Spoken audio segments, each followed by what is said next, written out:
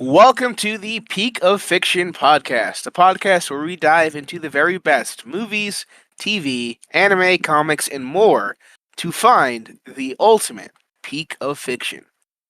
Our hosts are the anti-Superman fan, Supa O, Yo, what's good, y'all? Your boy O back in the building. Iron Giant icon, Beto, Hey, what's up?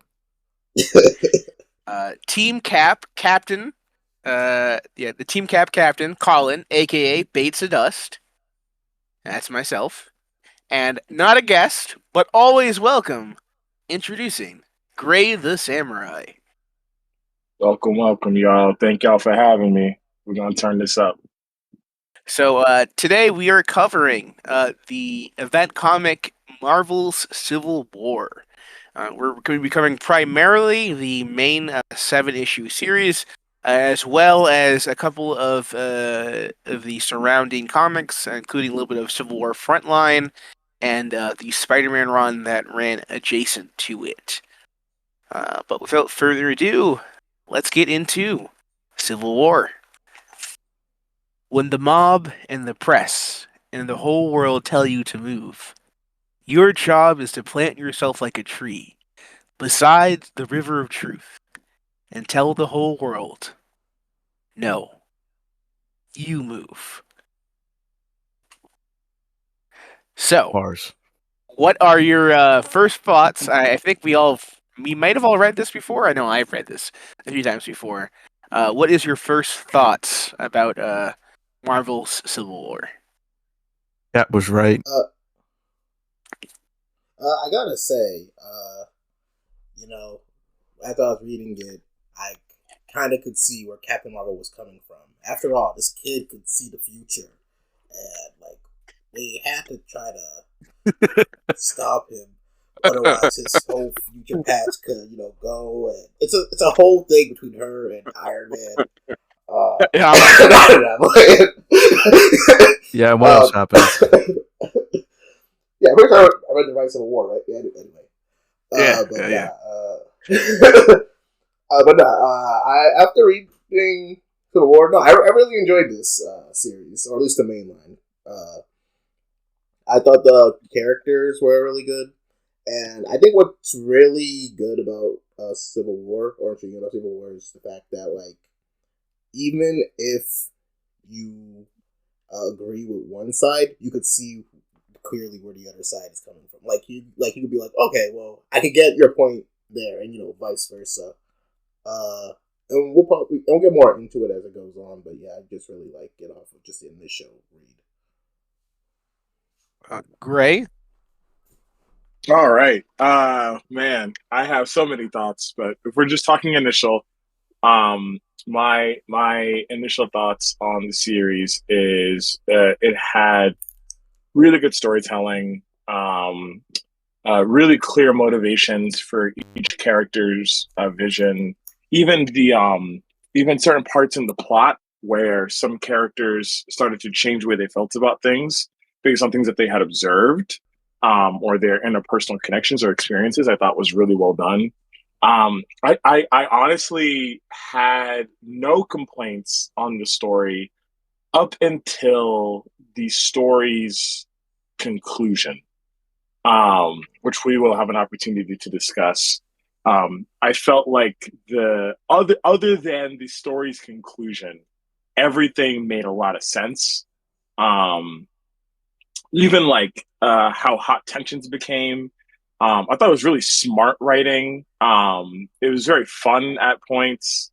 I enjoyed, as always, Spider-Man's quips are top notch. Oh, for sure. Yeah. Spider-Man has a really big part in this event.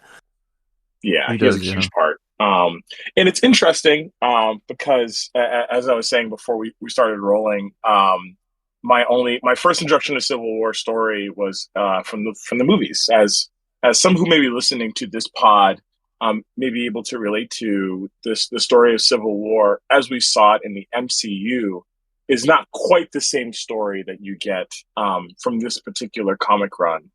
But the story that we got in this comic run is definitely a lot more grand than what they could possibly do in the MCU, just because of the sheer volume of characters.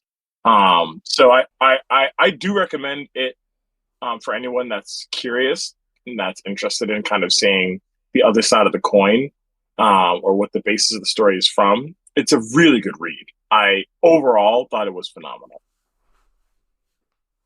Do you have initial thoughts, Beto?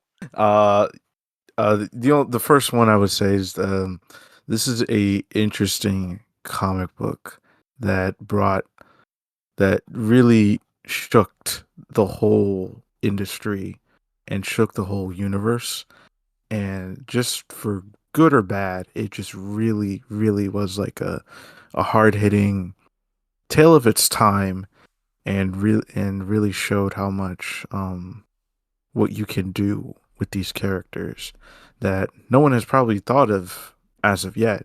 And it really set a precedent for most comic books in the future. And I think it was like it's a really interesting comic book that I think everyone should read. All right. I have prepared a statement for my initial thoughts. So He's got, oh, here it goes. This is great. When I was a boy, I first read Civil War, lacking the political knowledge and context. So I gravitated to my favorite hero at the time, and I supported Captain America because he was fighting for quote unquote freedom. But as I grew older into a teenager or young adult, I began to understand the nuance of the situation and realized that checks and balances were most likely needed on heroes. Currently, during this time, there was works like My Hero Academia, and I could seem like they had a world where all the heroes were registered, and I wondered, well, why couldn't it work for Marvel? Of course, I still had problems with Iron Man's approach and the jailing of heroes, but nothing is perfect. But I'm a man now, and I have a much deeper knowledge of politics in the world that was 2006 America. My current reading of Civil War and its surrounding material has led me to one clear conclusion. We must have uncritical support for Comrade Steve Rogers in his ongoing struggle against the Tony Stark regime, and that is, yes, Stark with 3 Ks. Stark is a fascist oligarch that must pay for his numerous crimes against humanity and his collaborators brought to justice. And when Tony faces the hangman's noose, right beside him on the gallows should stand one Reed Richards, the Mengele that enabled his most terrible inventions and stripped the people of their freedoms. We must also provide uncritical support to one Victor Von Doom in his war against Richards and his collaborators. And I must say all glory to Latveria. That is all. Well said. That's beautiful. Man. Beautiful. Wow. Send that to Kevin Feige. Send it to Feige, man. I don't. You okay, so this is interesting. So initial thoughts are funny for you because your initial thoughts are based on your perspective of reading this in 2006. You read it around the time it came out. Probably like 2000, probably 2008. I would say is when I read it, because I read it whenever it was like all compiled like in a single book. Like a trade. Yeah, like a trade paperback. So it probably was after the event was finished in around 2008, and I remember that was back in the day when I read along with Civil War is huge, right? And pretty much all like Marvel stuff at that time. So I remember I read it around then, and also around then, also Marvel Ultimate Alliance 2 was coming out, and that featured heavily like the Civil War plotline in it. And there was also like a couple other things that were going on. That was just like the Civil War thing was kind of like everywhere. Right, so like I said, I read it back then, and my support for Captain America was mostly because I like Captain America, right? And I also like Spider-Man, and Spider-Man switched sides, so you know, I'm Team Cap, right?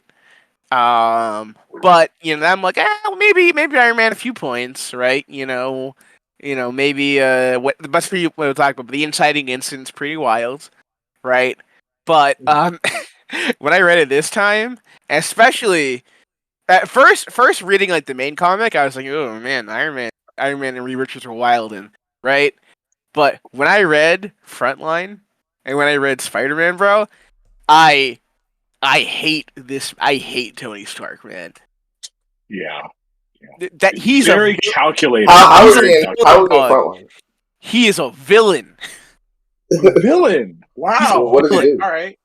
I'm Or are you interested gonna get in into that? hearing. We're gonna Use we're your gonna initial into it. thoughts. That's Use your been my initial initial Okay. thoughts, but no, man, he is. When you uncover everything that he has done in this event, right? It goes beyond. It goes like, bro, he's a villain. No one benefited from the PR from the movies more than Tony Stark. Yeah, no, Exactly. Yeah, we'll have to discuss this because Okay. I have different feelings than you, kind of. So we'll talk. All right. So, doing the summary today is going to be Beto. I don't know if do you have the. Let me pull up the. Uh, um, credits so we can credit who wrote and drew this main comic. Yeah, I have some like I think I have like I'm on a website, League of Comic Book Geeks.com. No, we're not sponsored yet, but All right. I gotta Yeah, sponsor if where only. All right. So can you give us the credits and then also begin the flat summary?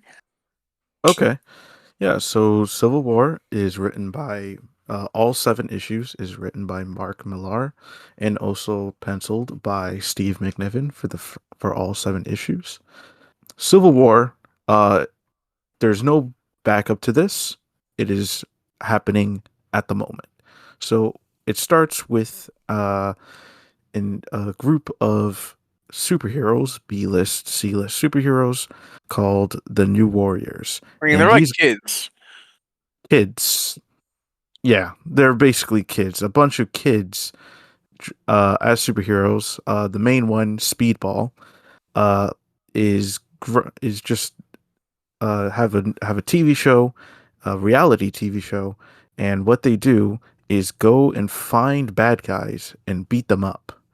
And this is during an era when I think reality TV show was at an all-time high because of writer strike and I don't know other things going on. But reality TV show was a big hype, so it kind of connected with a lot of people.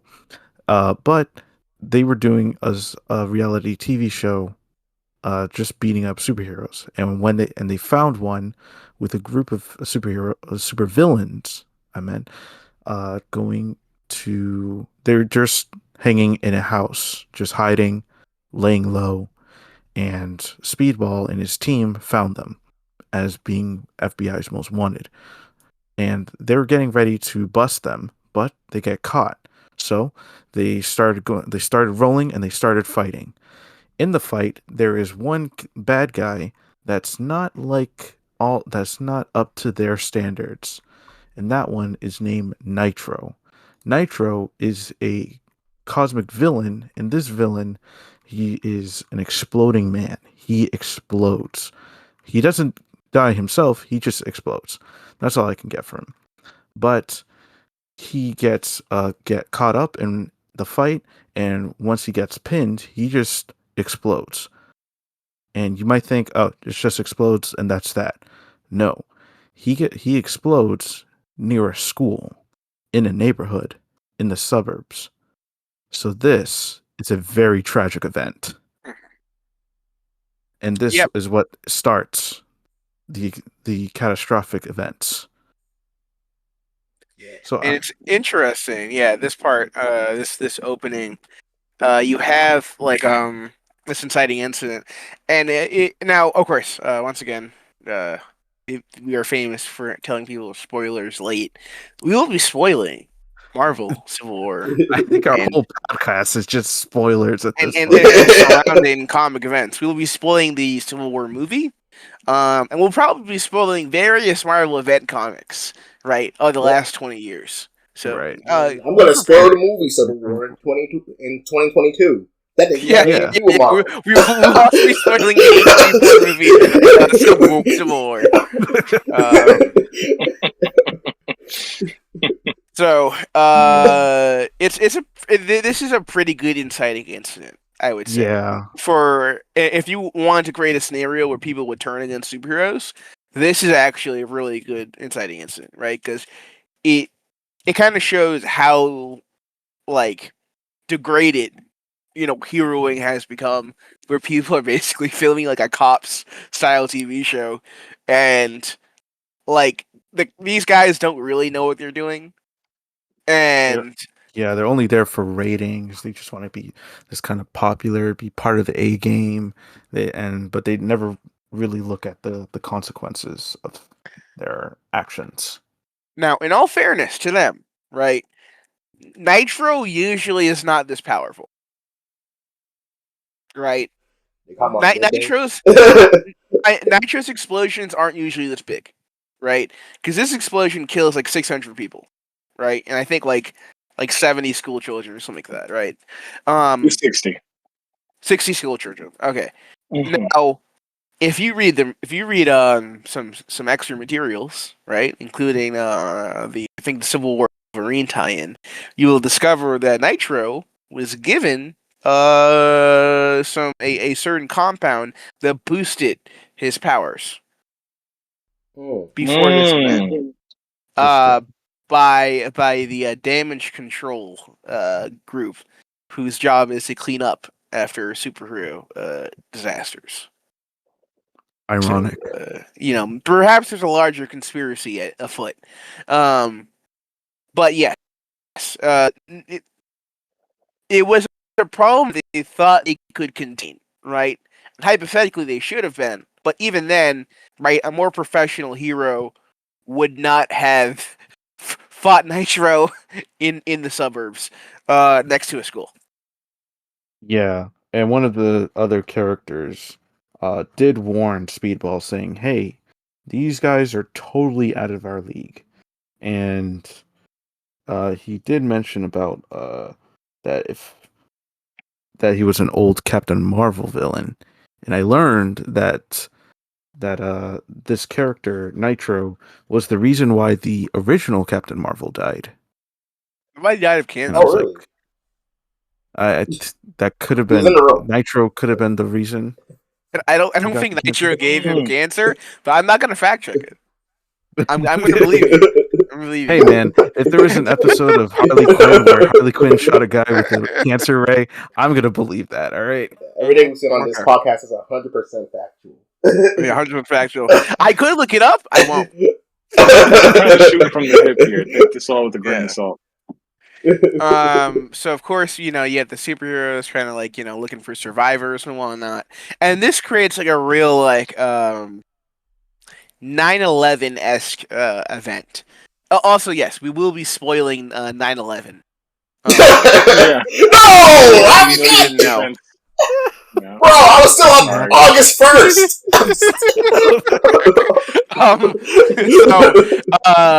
This was like this is a good thing to have. Like it's and much like 9/11, it was a flashpoint where everything changed and allowed massive restrictions to people's freedoms to kick in. Right, you think of the Patriot Act, and all the surveillance and the government overreach that came with post 9/11. This is like the superhero equivalent. Yeah, there's a lot of post 9/11 in Marvel comics around this time, for obvious reasons. Yeah. So I would say, yeah, this intro very strong, very strong, and a very good introduction to okay, this is how we get to the next step. Yeah, because as soon as the bombing happened, they're all conversating, realizing the situation, and just realizing. I think everyone just says just this one term is like, "This is the straw that broke the camel's back." That's kind of like the one phrase that they've been using a lot.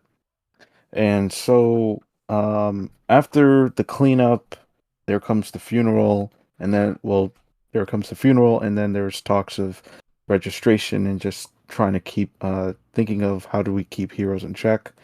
And during the funeral and after it, a woman steps up to Tony Stark and spits on him and just calls him "you filthy piece of crap," just telling him why are you here, uh, why are you doing this? Is like you let these people loose, and from there it just becomes like news channels uh, weighing in on their thoughts about it, about how the superhero registration act should be, or something of that nature should be created.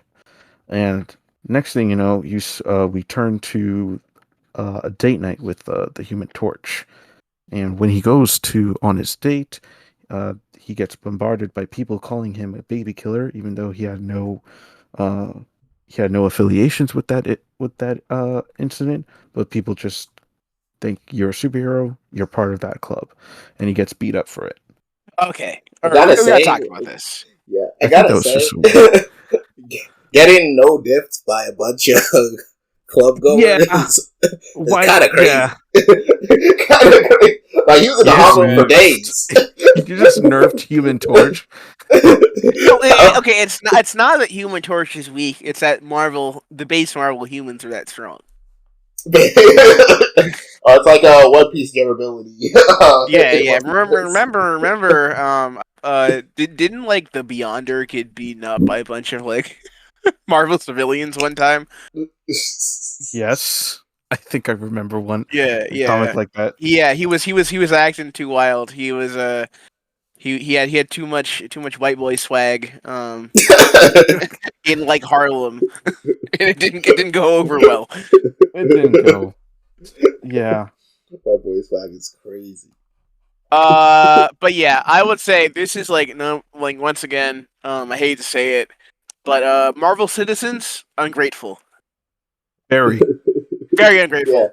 Like, come on, man. You know how many times Human Torch has saved the world, the Yeah. world And from you couldn't put two and two Galactus. together. Yeah, you can't put two and two together that this isn't his fault, and Right. he's Like, not he had part nothing of to it. do with it. Yeah, You know what? I know I saw a bomb, and bombs are made of fire, so I can take responsibility. Torch. yeah. I think responsibility.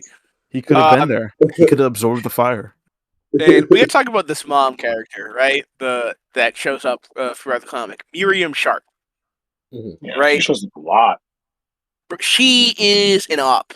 All right.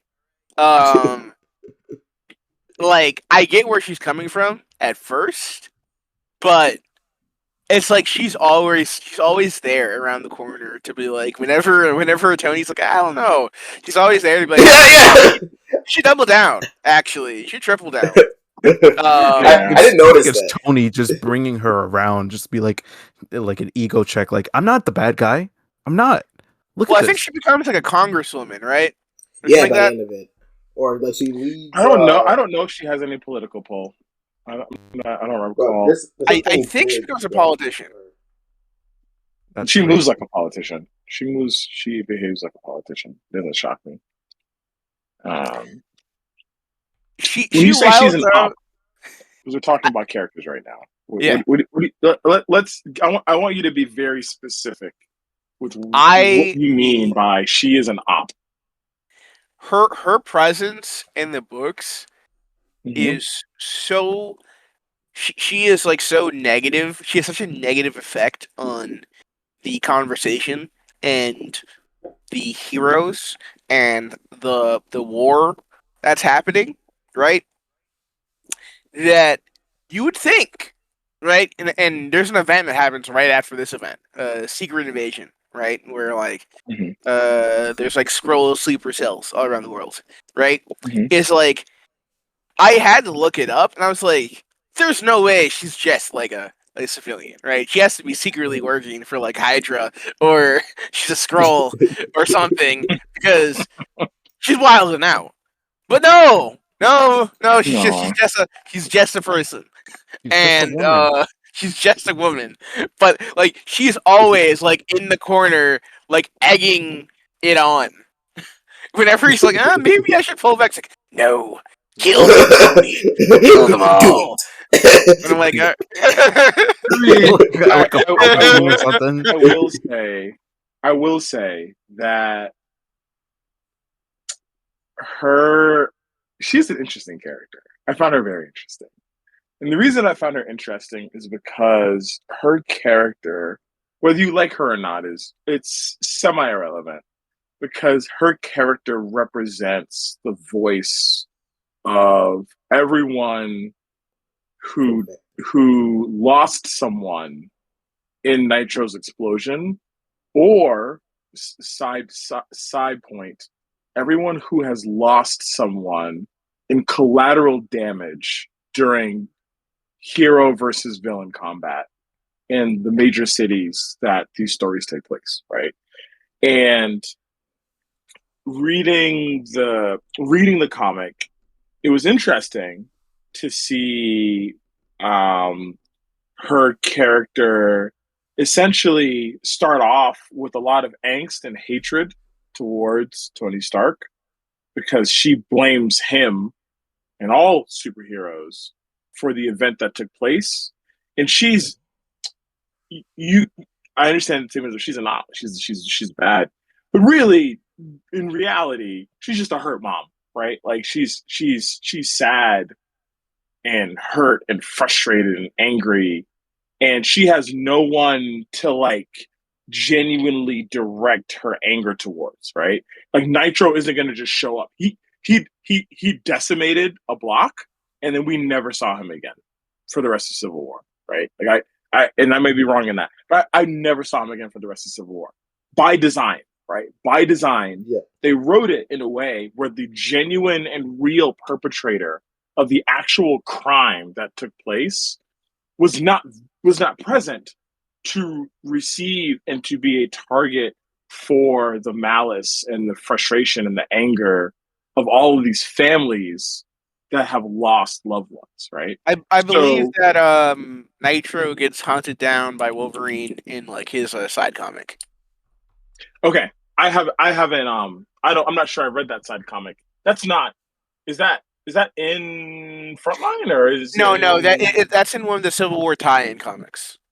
Okay, I only read the Spider-Man one, mainline, and Frontline. Okay, gotcha. Cool. So this is good for me to be aware of. So by design, like Wolverine, I don't know, in that comic, did Wolverine parade Nitro's body for the public to know that? Okay, so like that was done super down low. Yeah, that was more of like that's more of a secret op, and Wolverine was trying to like figure out like the whole conspiracy. Yes, that makes a lot of sense for Wolverine and for those that were directing him, but it doesn't make sense for people that have lost loved ones, right? So like this is not exclusive to the storyline. This is in general. When people lose someone in death, not just to a random death, but to murder, their feelings about the killer are very forceful, right? They're very strong. Mm-hmm. And so there's no killer for them to aim a finger at. So they aim the finger at these people that fit the same criteria or fit similar descriptions to the person that killed their loved one. They basically she's who's the guy from I'll find you and I will kill you. Liam Neeson. Liam Neeson had a horrible tragedy befall someone that he loved, and the perpetrator was a black person. And so Liam Neeson then spent the rest of his life walking around. Oh, yeah, you mean I was looking for that black bastard. Yeah. Okay. Yeah. Okay. And you hear it and you're like, Liam Neeson must be crazy. But he is. I'm not discounting that. His knowledge was born out of somebody did something terrible to someone I love, and I can't find the person that did this to direct my malice towards them directly. So now I'm going to just direct it towards everyone that fits this description. It's interesting. It's a psychological thing. But I don't. Her character fit that line of thought, yeah, I think I and everyone else. Here's where it gets crazy. Here's one of my favorite things about the storyline. heroes have treated civilians as and villains. Heroes and villains have treated civilians as collateral damage for their combat situations in most of these storylines. In this specific storyline, this woman essentially turns the heroes into collateral damage for civilians, which is insane. This like I when I first saw her character, I was like, oh, this is intense. But she's gonna be a one and done. Like she did the thing. Tony's implementing the idea. She's done. Like she has no further need in the storyline. But then she just kept reappearing. But she no longer had malice towards Tony. She just kept encouraging him. She was like, "Oh, like here's a toy from like my lost son, and he idolized you. He loved you, Tony. Like you were his hero.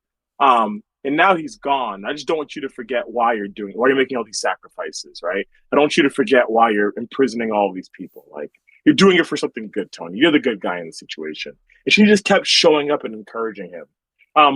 And all of those small pieces culminated in the conclusion of the entire comic, which for me was a bit uncomfortable because it didn't. I didn't love the ending. I'm not gonna lie. We'll get there. We're talking about characters right now, but her character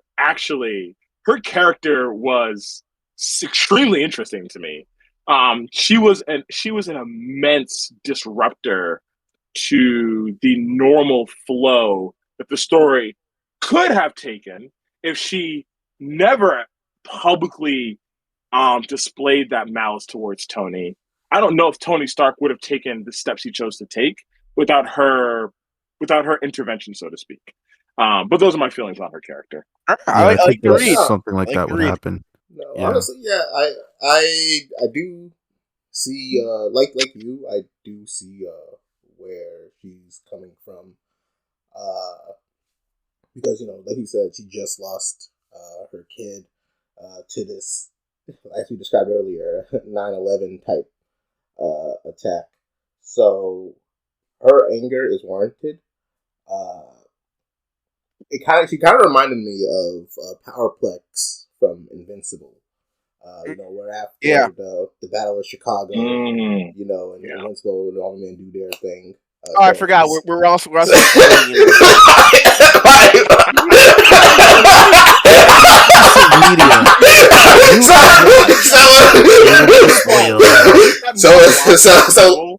someone listening. June 30th. Someone listening to this right now. Oh, come on! Yeah, it's it does remind me of Powerplex. About Powerplex, even though it was Omni-Man, everyone saw it was Omni-Man who did the destruction and all of the mess up stuff that occurred that day. Powerplex still, because Invincible is the only one left, all that anger about that day, Powerplex directed toward him. And he blames him for the loss of his friends and family. So yeah, Miriam kind of reminded me of that kind of vibe. When Colin called her an op earlier,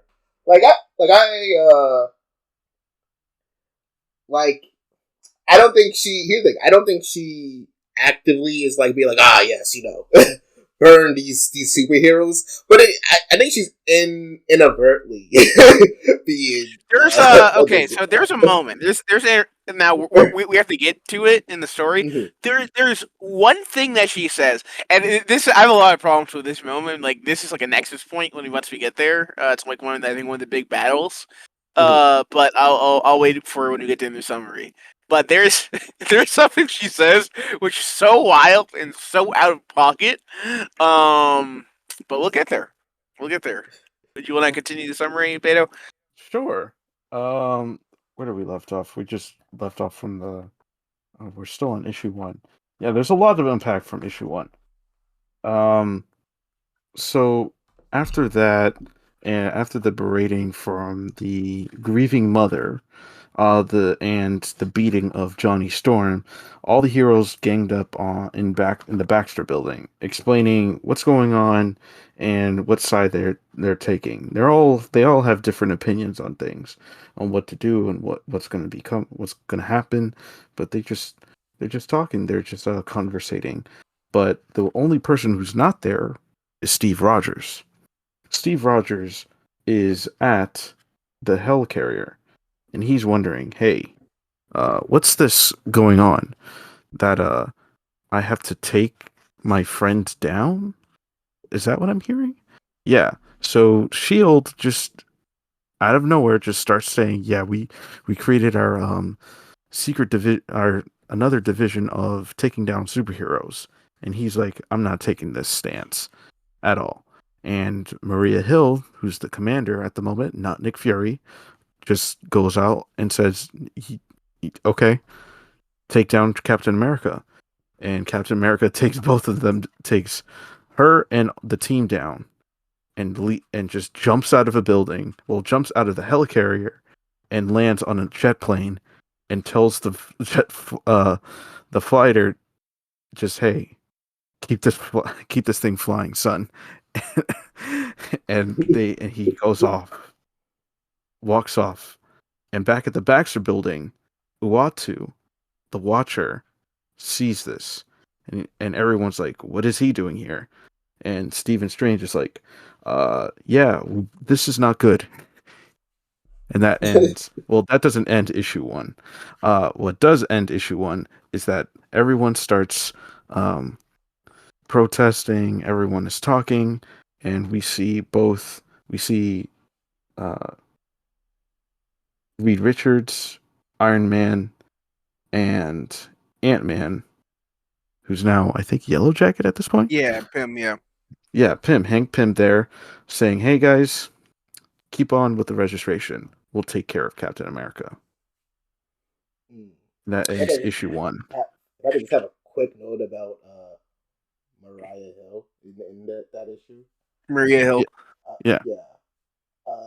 So there's like a part where he's telling Captain America that he needs to comply, take care of all superheroes who's gonna oppose this new order, and like there's this specific part where they're going back and forth, and Captain America's like, most of these heroes, that were close to the streets might actually not want to do this, like Daredevil and Luke Cage, and he replies, oh, so nobody you can't handle. And Captain America is like, excuse me, and she replies, you heard? And I was like, you heard? Who you think you're talking to?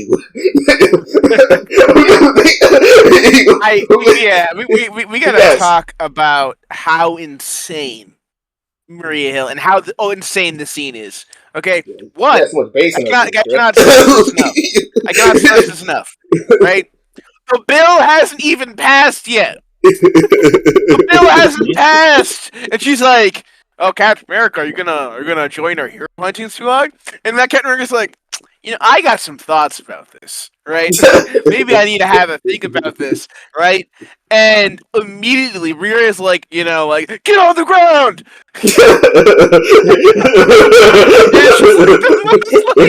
Get on the ground. And this is like, I would say, moment 1 of like in this event comic of like, we could have had a conversation. Right, we could have talked about this, but instead we chose to like resort to violence. Yeah, it's wild. That's pretty wild. Just, I think the planet itself, like Iron Man's, like the planets, like I get more into it later, but the planet itself to have heroes register ain't even that bad of an idea, right? But I something I noticed, that I just kept noticing throughout this comic, is that the other side is just, Iron Man side is just going crazy with the execution of it.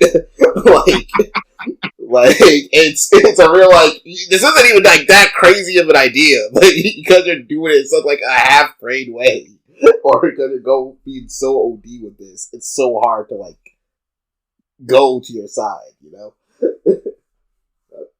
Yeah. they're going nutty with it. At all times. And this is just the beginning of them going nutty with it. This trend will continue. This will be an over. Yeah. If you don't listen, if you don't comply, you will be arrested. Now, And if you've read the Spider-Man tie-in comic like me and Gray have, then you'll see I think at this time Tony is basically grooming Peter, being like, you're gonna join up, right? Right, Peter. You're gonna join our side, right? You're gonna part of the frustration thing. Hey, man, I'm paying you. Hey, you're like my guy. You're like my second command right here, Peter. You're gonna join, right, Peter? Oh man, taking care of your family, Peter. Yeah, you have to get to a Hellcat. Yeah, now you're gonna reveal your identity for me, right? Right, Peter? I mean, you wouldn't leave me hanging, right? You said you promised me, Peter. Yeah, no, it's wild. Well, Peter didn't like the wilder part is like we didn't even get like Peter was very much just like I'm thinking about it. He didn't know what he was signing up for, unfortunately. He just thought that Tony had his back. Thought Tony was his guy. He thought Tony wouldn't put him in a compromising situation. And Tony had his own agenda the entire time.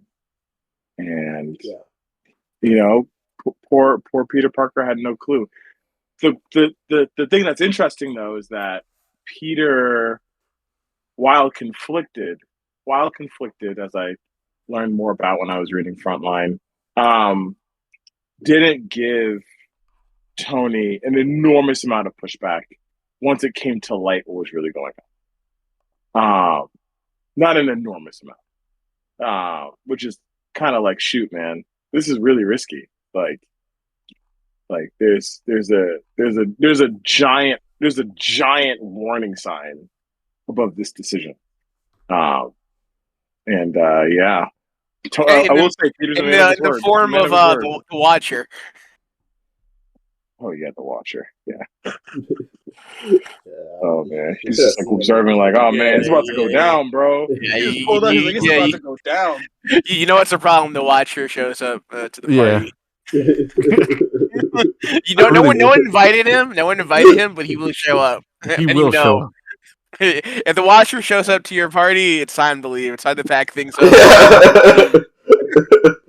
He should really have appeared more in movies.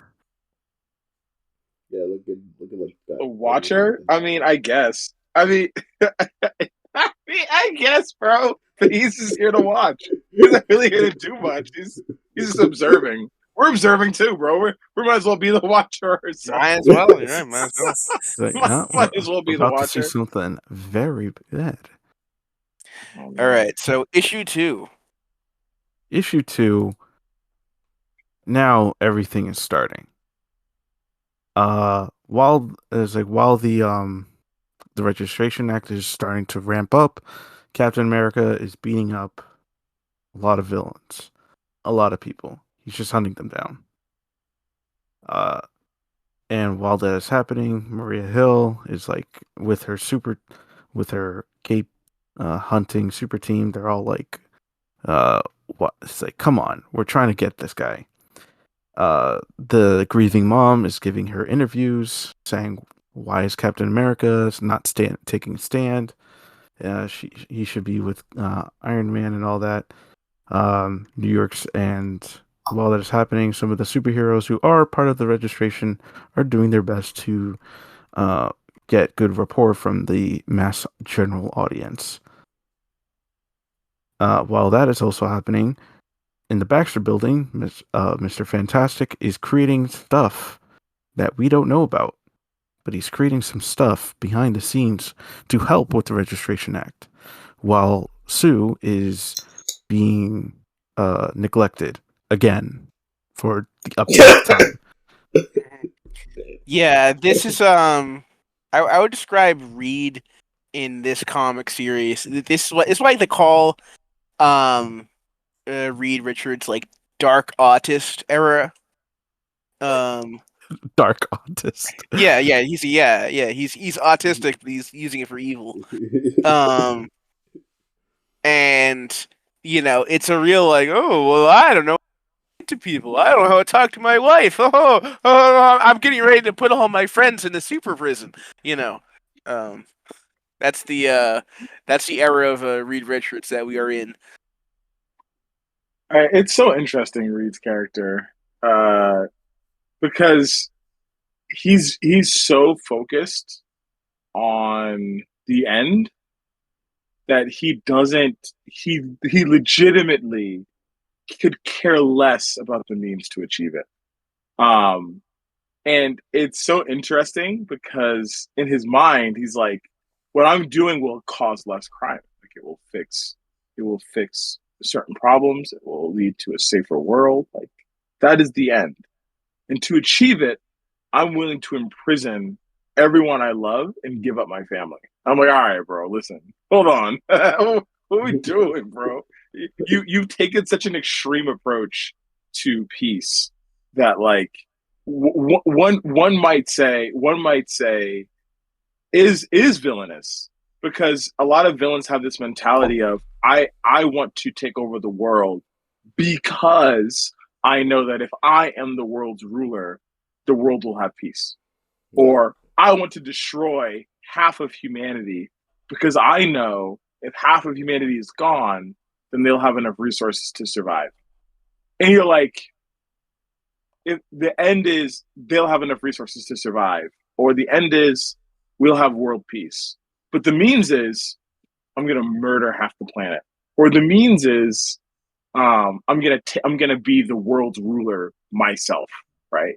And you look at these situations and you're like, yeah, that is pretty sinister. That's a pretty wild way of operating. Like the end is fine no matter what methods I used to take to get there.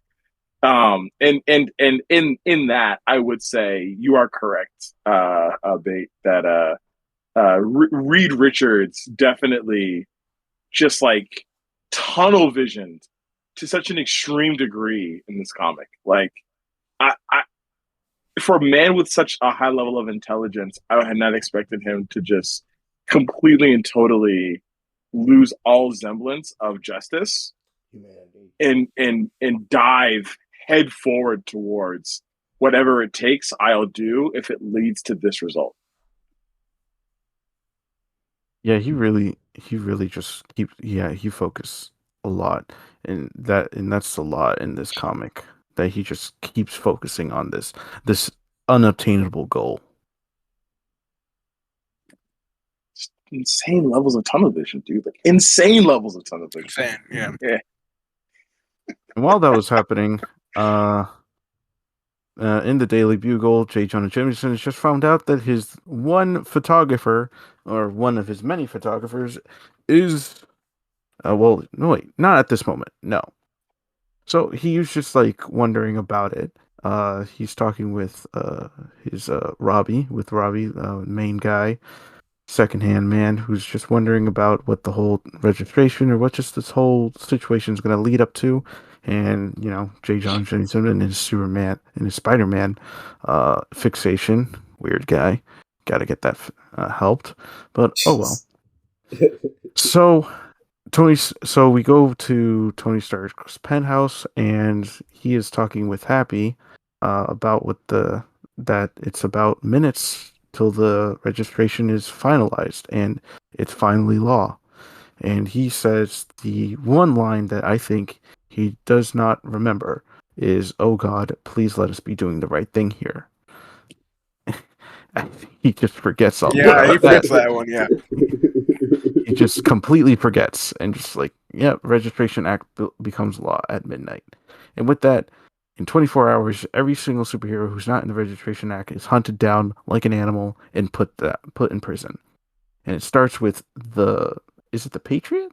Is that what this kid's name is? I think it's Patriot. I think it's You're I don't right. know if it's Isaiah Bradley. I think it's his nephew, right? Yeah. Yeah, he was a hero. Yeah. Yeah, so the Young Avengers are being hunted down, and they get they get caught and sent to I guess like a The police space car, gitmo. Oh. space gizmo or something. I don't know, whatever it's called. But turns out, it's being intercepted by Steve Rogers himself and Falcon and Sam. Yes, Sam Wilson. So they get intercepted and they escape through Wiccan's magic, and they get transported to one of the Shield headquarters. There, they were talking shop and just getting ready to just get everyone who is not in line with the registration. But during that, there's a press conference between Iron Man, Tony Stark, where he goes and asks Spider-Man to, hey, unveil yourself, man. And Spider-Man is like, you know what? I think this is a new part of me, and he reveals himself to be Peter Parker. If you're spoiled about that, I'm sorry. But Worse. Well, if you're spoiled about it, it doesn't What? matter. Actually. Wait, Spider-Man is Peter Parker? Ah! Here's the deal about that. Turns out, even though this is pretty shocking and this really changed a lot of things, and would have been a really great storyline to explore, man, wouldn't it? not. Turns out everyone forgot. Everybody forgot. Oh, that's not connected to the One more day, you betcha. I have the omnibus. I don't know why I haven't finished it, but I just know it goes to one more day. Yes, because I would say following this, we get Back in Black, which is an amazing storyline, fantastic, and really could provide a good direction for the character going. But just kidding. We were just hates joking. fun. No, actually, he sold his marriage to the devil. But that's a story for another time. If you want to know my opinion, I hated it. I hate that. I hate One More Day. So I'm all with Mary Jane, Peter Parker forever, Endgame. If you want to know my stance don't worry, on it will happen. Okay, I know it looks bad now, folks. All you Spider-Man fans, right? You might say Marvel editorial will never put them back together, but I have it on good authority. Okay, I have it on good authority. Right? I've heard from the top. All right, webheads are in control. All right, so even though it looks like they're intentionally ruining the Peter Parker character, this is all part of a master plan to bring back Peter and MJ. So trust the plan. Okay, trust the plan. Webheads are in control. Trust the plan. And when will it end? Don't worry. The storm is coming. So just keep reading Amazing Spider-Man any day now. No, I'm done. Yeah, with that, we're now in issue 3, where where Tony tells Peter, "Hey, suck it up, Peter. You're bigger than Elvis now." In which goes to a next part, and this is like I think this is like a favorite part of mine of the comic, is Reed Richards goes to Wakanda and asks T'Challa right then and there, "Yo, help us. Help me get people in jail." Psychotic, okay? Psychotic. Richards. Show up in Wakanda and be like, "Yeah, man, can you help us with this American problem we have? The problem we have in America? Yeah, I just need you, King of Wakanda, to like roll off and like throw your friends in jail, please." Please and thank you. No.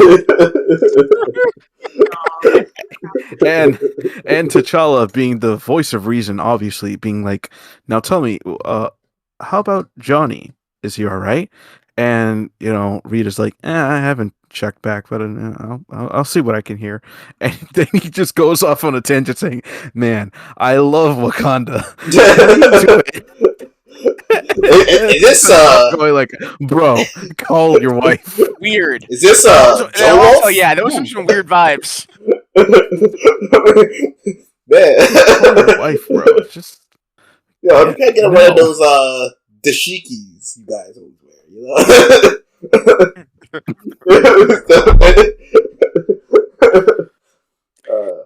So yeah, Unhinged. thankfully, yeah, Black Panther does not support, Yeah. Reed Richards. Yeah, one for Black Panther. And now Hank Pym goes to Doctor Doctor Strange for help, but is taken back because Doctor Strange was like, "Yeah, I'm not part of this," and he goes on a what was it? A fasting for 40 nights just to get away from everything. He And doesn't want. crucially, I would say during this event, Hulk is off planet.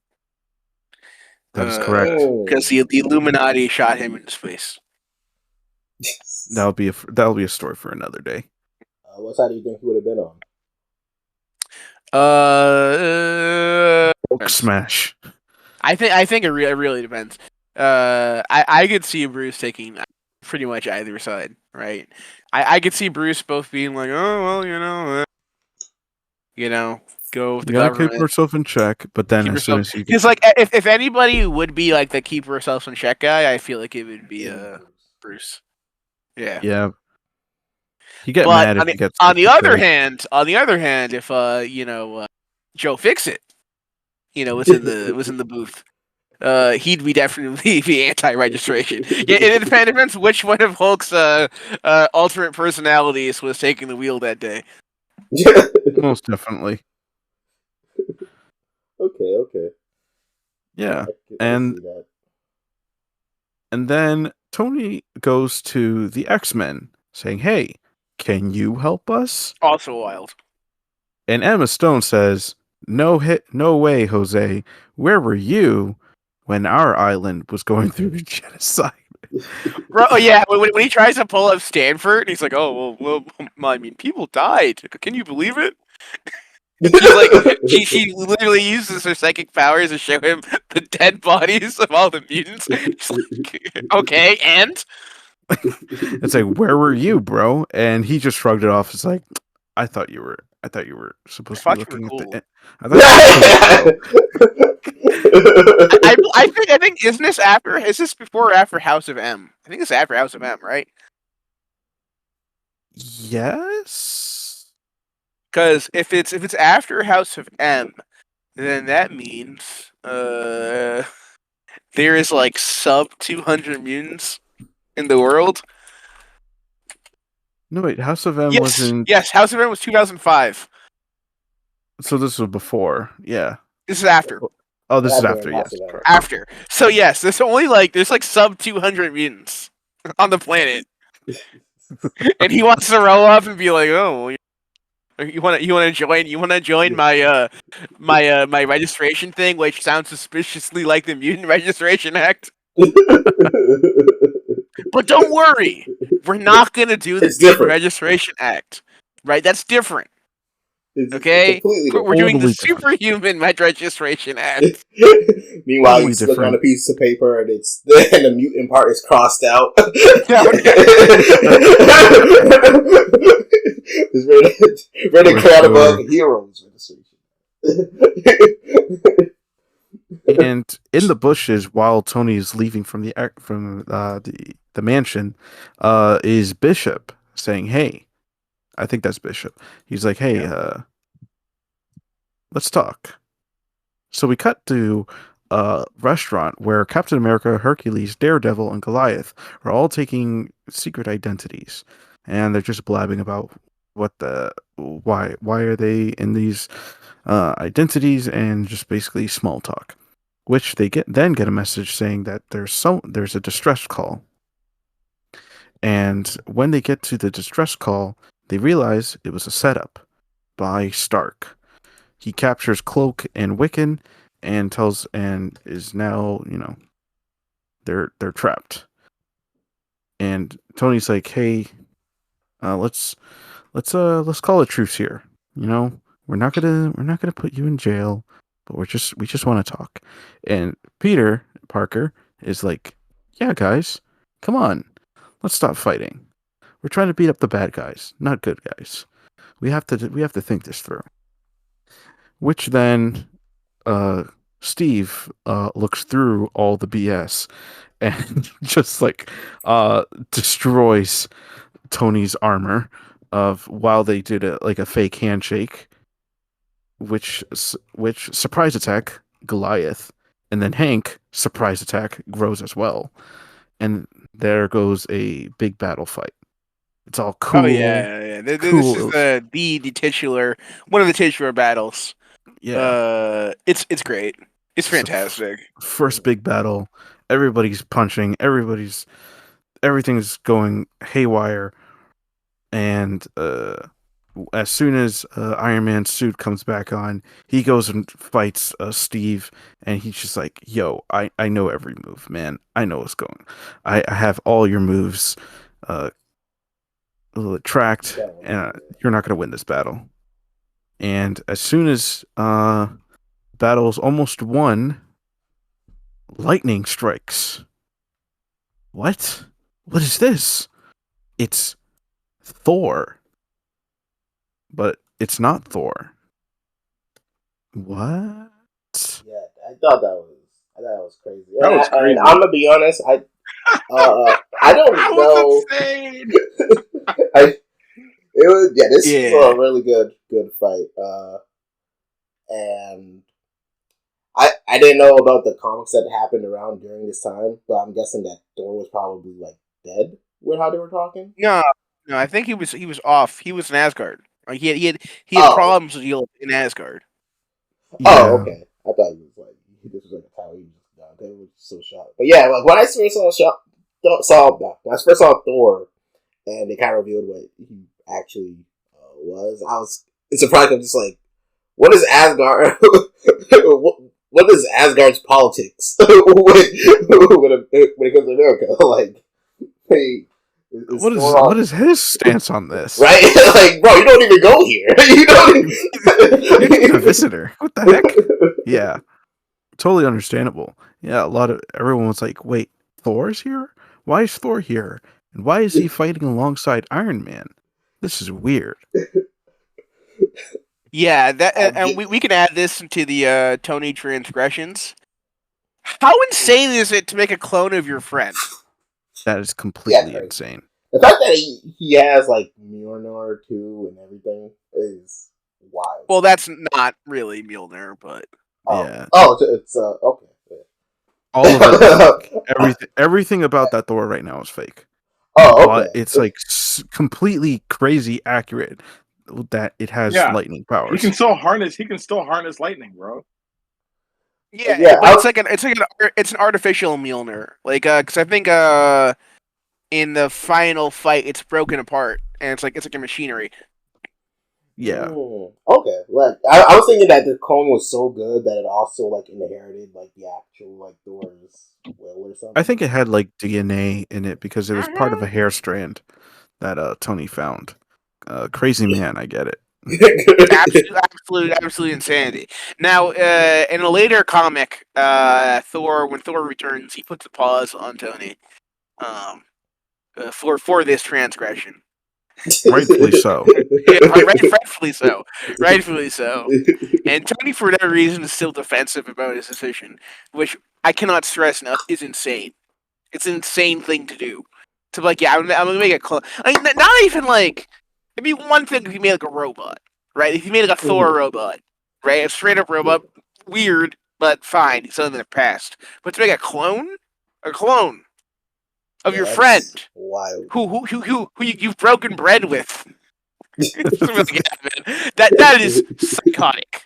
Imagine like one of us just leaves and has to go somewhere for a very long time.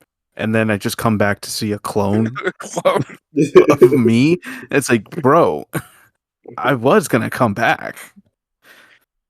But when I think of Civil War, one of my core memories of this event is when Captain America and Iron Man shake hands, and Iron Man looks at his hand, and it has like the little triangle, like electrodes on it, and electrocutes him to stun him.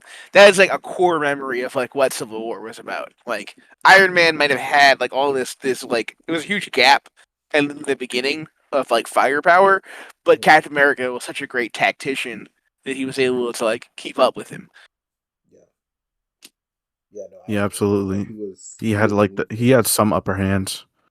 This fight was really fun as like the first, first thing that's going on. And this is like the first fight of the whole entire series, this whole entire event. So it's like really like what's it like tense and anticipating like, oh, what's the outcome of this and what's gonna happen. Great. You're asking for my thoughts on the first melee Yeah. between members in the Civil War. Um, I will say that it was interesting to see Tony Tony take an L through, early in the fight through that strategic placement handshake from Captain America. I thought that was pretty funny. I overall enjoyed it. I think Goliath getting killed was Yes, brutal, man. Brutal. it is brutal. That was a lot, man. It was a lot, man. It's a lot, And man. big when I first eyebrow raises, as I'm getting notice, I'm just noticing some things. I'm just yeah, noticing a couple of things about what's happening in a Civil War. But yeah, what happens with Goliath in the Oh aftermath? yeah. So while everyone was fighting and everything is going and Thor just unexpectedly just shows up going to issue 4. Everyone is surprised. He's alive? What's going on? And they're just like, "Oh, we're not winning this fight. We're not winning this fight at all." But the fight continues.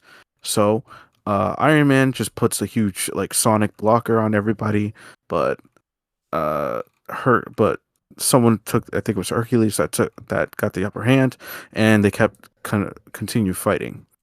So things get very intense very quickly, and Goliath is ready to fight back and fight Thor, but the fake Thor. But Thor takes his hammers,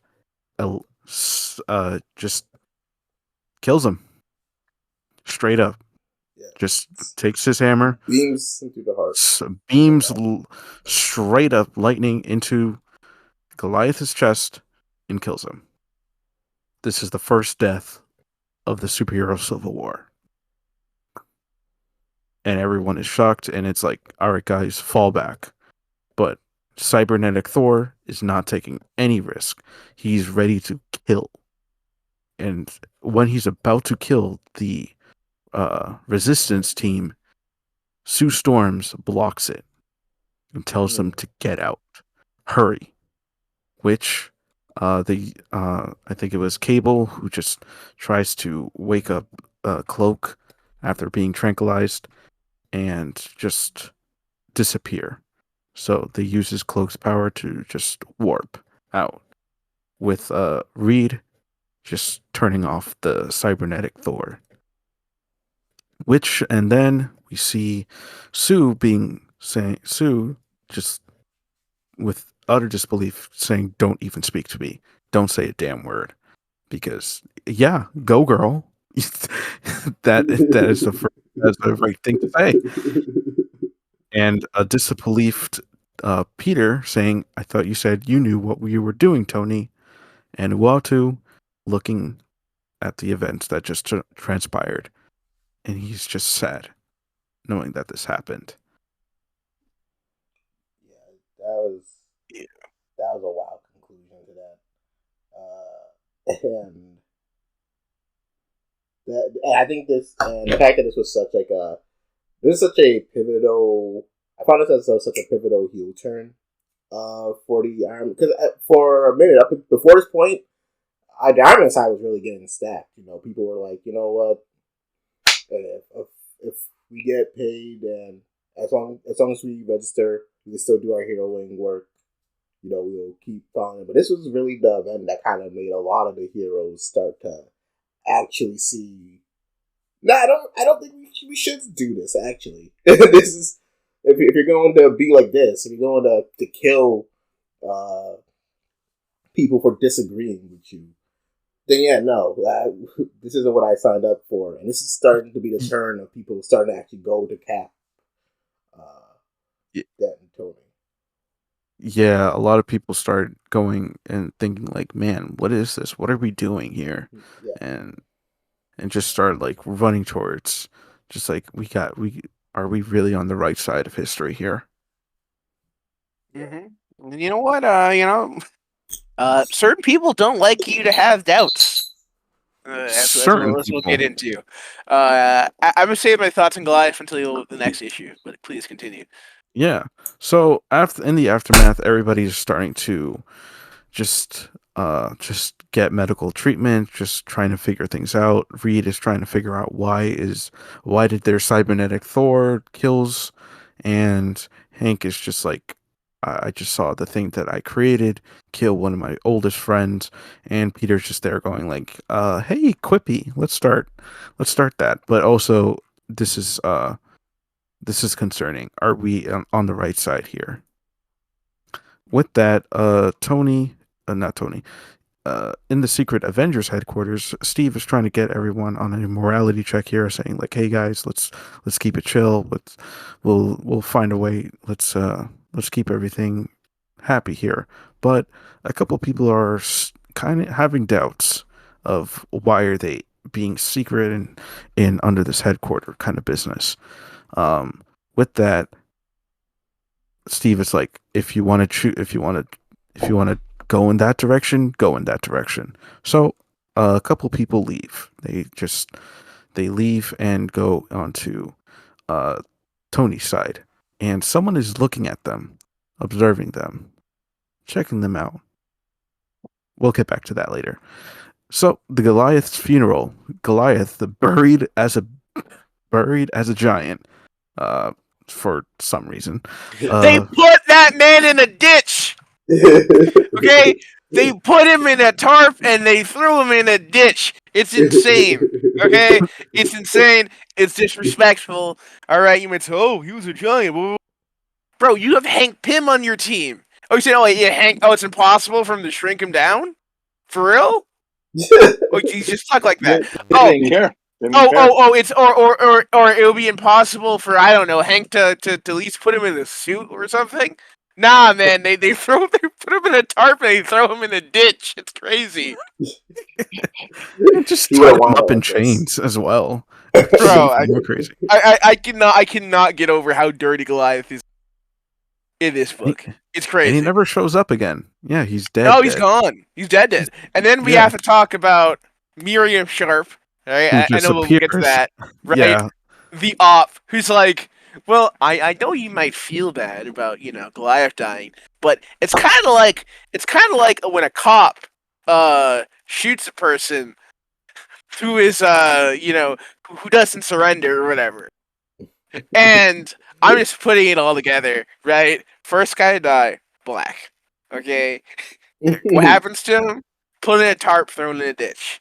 Okay, what's the excuse? Oh well, he was acting up a little too much, and like a good cop, you had to shoot him. Okay, all they had to do was show you ID. I'm just saying, I'm noticing. Okay, I'm just noticing some things about Mark Millar and his writing. Okay? Let me read the actual line she says. The actual line she says is, Goliath knew what he was doing. He was breaking a law designed to save people's lives. If he'd only gone legitimate, he'd still be alive. This is no more your fault than a cop could be blamed for shooting a punk who pulls a gun on him. Oh my! This is the line. Bro, just call him the N-word, bro. I swear. Oh my word! Yeah. You could have done that and been done with it, right? Yeah, you could have done that and be done with it. Man. Yeah, that was pretty sick work. Yeah. Work. I'm not gonna lie. That was That's uncalled that for. was because she at this point in the story, right? So the narrative I mentioned earlier, right, where a person that has been a victim is looking for people that fit a description to lash out against. In this specific scene, we are in a space, where people are grieving. There is the loss of life. And when her child's funeral was happening, no one blamed her. No one blamed the families. They put no onus on the people that loved the ones lost. In this scene, she decides to go the extra mile of vilifying a dead man, which was insanity to me. I'm just gonna throw that out there, because when it happened, I was like, yeah, "What is she doing? What is she saying? This is crazy," and it is crazy. There's no justification for that part of her statement. That part of her statement was inherently sinister and an attempt to make Tony Stark feel good about the death of his friend. But you gotta remember, Goliath smoked weed, so I'm just saying. He was no angel.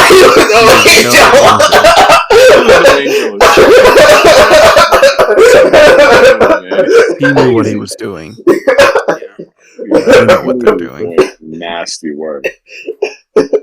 And with that, she just says, and Tony's like, Miss Sharp, but she's like, shh, I wanted to give you this.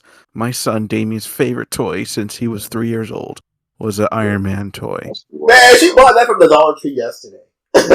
He really did. Just to remind you why you're doing this.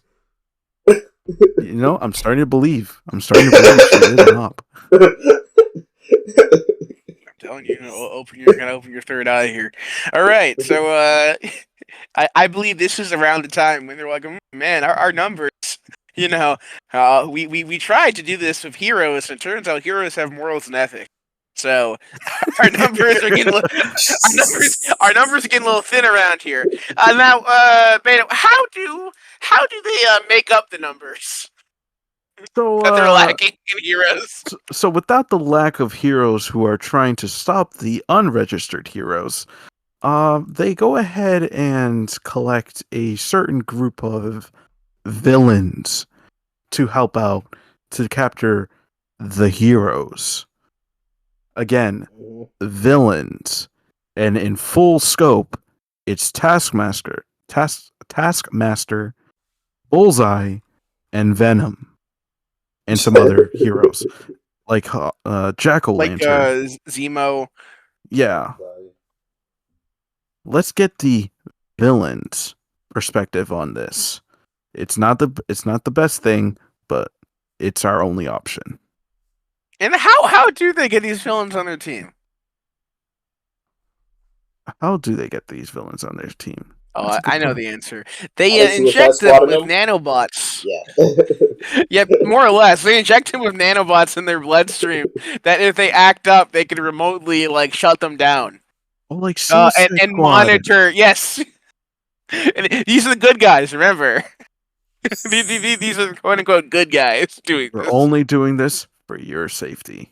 All right. So, if you read the Spider-Man comic, right? Around this time, Peter's getting fed up, right? Yeah. And he's like, "All right, I need to see the prisons, right? I need to see where the heroes are being kept, right? So they take them to 42, right, which is their facility in Negative Zone, and Negative Zone is a alternate dimension, right? Yeah. Where the gravity is different, things are mostly bad, right? And they're keeping these people in this concentration camp style prison where heroes. I cannot stress enough. Heroes, allies. They're keeping them in these tiny cells, right? Made out of like fake vibranium, um, where they have no rights, they have no legal representation, they have no trial. Remember, there's no trial for any of these guys. Okay, they're thrown in a hole where they're like, sorry, that's it. Sucks. You either signed this document or you're stuck here forever. Balls. Get in. And you know what? Spider-Man sees that and he's like, "Yep, I know what I gotta do. I know what I gotta do." So he decides to leave, which I think leads into the main Civil War issue. Yeah. So with that, yeah. So because of that, even in the one of the issues during the funeral, it shows that Peter, MJ, and Aunt May are a little taken aback. They're trying to conceal something, but Reed is like, is Peter Parker acting strange here, or is that just me? But he doesn't notice in the far end is his wife and brother-in-law coming up with a plan to leave as well, because Sue then sends uh, a letter saying, "Hey, this is bad. What is this? I'm leaving you, but I'm also leaving your best friend, the Thing, Ben Grimm, and I'm also leaving the kids to you because you have to be a better father." And and they just leave. So They just leave. they Yep. just leave. They just leave and just go to Cap's Secret Avengers team. The letter that she wrote is completely garbage to me because it's more not written like a woman. It feels like it's written 100% like a man because I have no idea why, but I think just this one part in Sue's letter to Reed, where before she left, she made him a meal, saying, "The reason I didn't want this last me leaving to be bad is because I did some good things. One of the good things of a good last memory is the good dinner and making love one final time," which is I wouldn't phrase it like that, but okay. I think she wrote it that way because she knows her husband autistic. Okay. Like I said, this is during Reed Richards' dark artist era. So I can't write sex, just say making love one final time. Good for the immune system. So I'm just like, okay, whatever. Susan XXX. Kiss kiss kiss. They didn't show anything. This is for the kids, man. It's for the kids. for the kids. It's for the kids. Screw the kids. So now we have. I think what happens next is like what the defection of Peter. At this point, yes, it is. So And it just now, happens. how does Tony take Peter having an ideological conflict? He takes it respectable and tries to win him back in a. That's what happens. How does he do it again? Refresh my memory. What does he do? Yeah. So he in this 1-to-1, he takes his fist and he just immediately tries to kill Peter. Basically. What does he say to Peter? What do we tell the audience? What words he chooses to use to convince Peter to come back? That was crazy. What he told Peter was insane. So the first thing he says is, "Peter, you're acting like a lunatic. Why can't we just sit down and discuss this like grown-ups?" All right, so he treats him like a child. Okay, good. First player. Yeah, and while Peter also says, it's like, "I don't have a problem with working with S.H.I.E.L.D., but locking heroes in the negative zone, the cyborg killing Bill Foster like that, come on, man." And then Tony says, what are you talking about? Even though Thor reacted like a police officer would, don't forget that Bill Foster was a friend of mine. You really think we're going to let something like that happen again? What do you suggest we do with the unregistered people?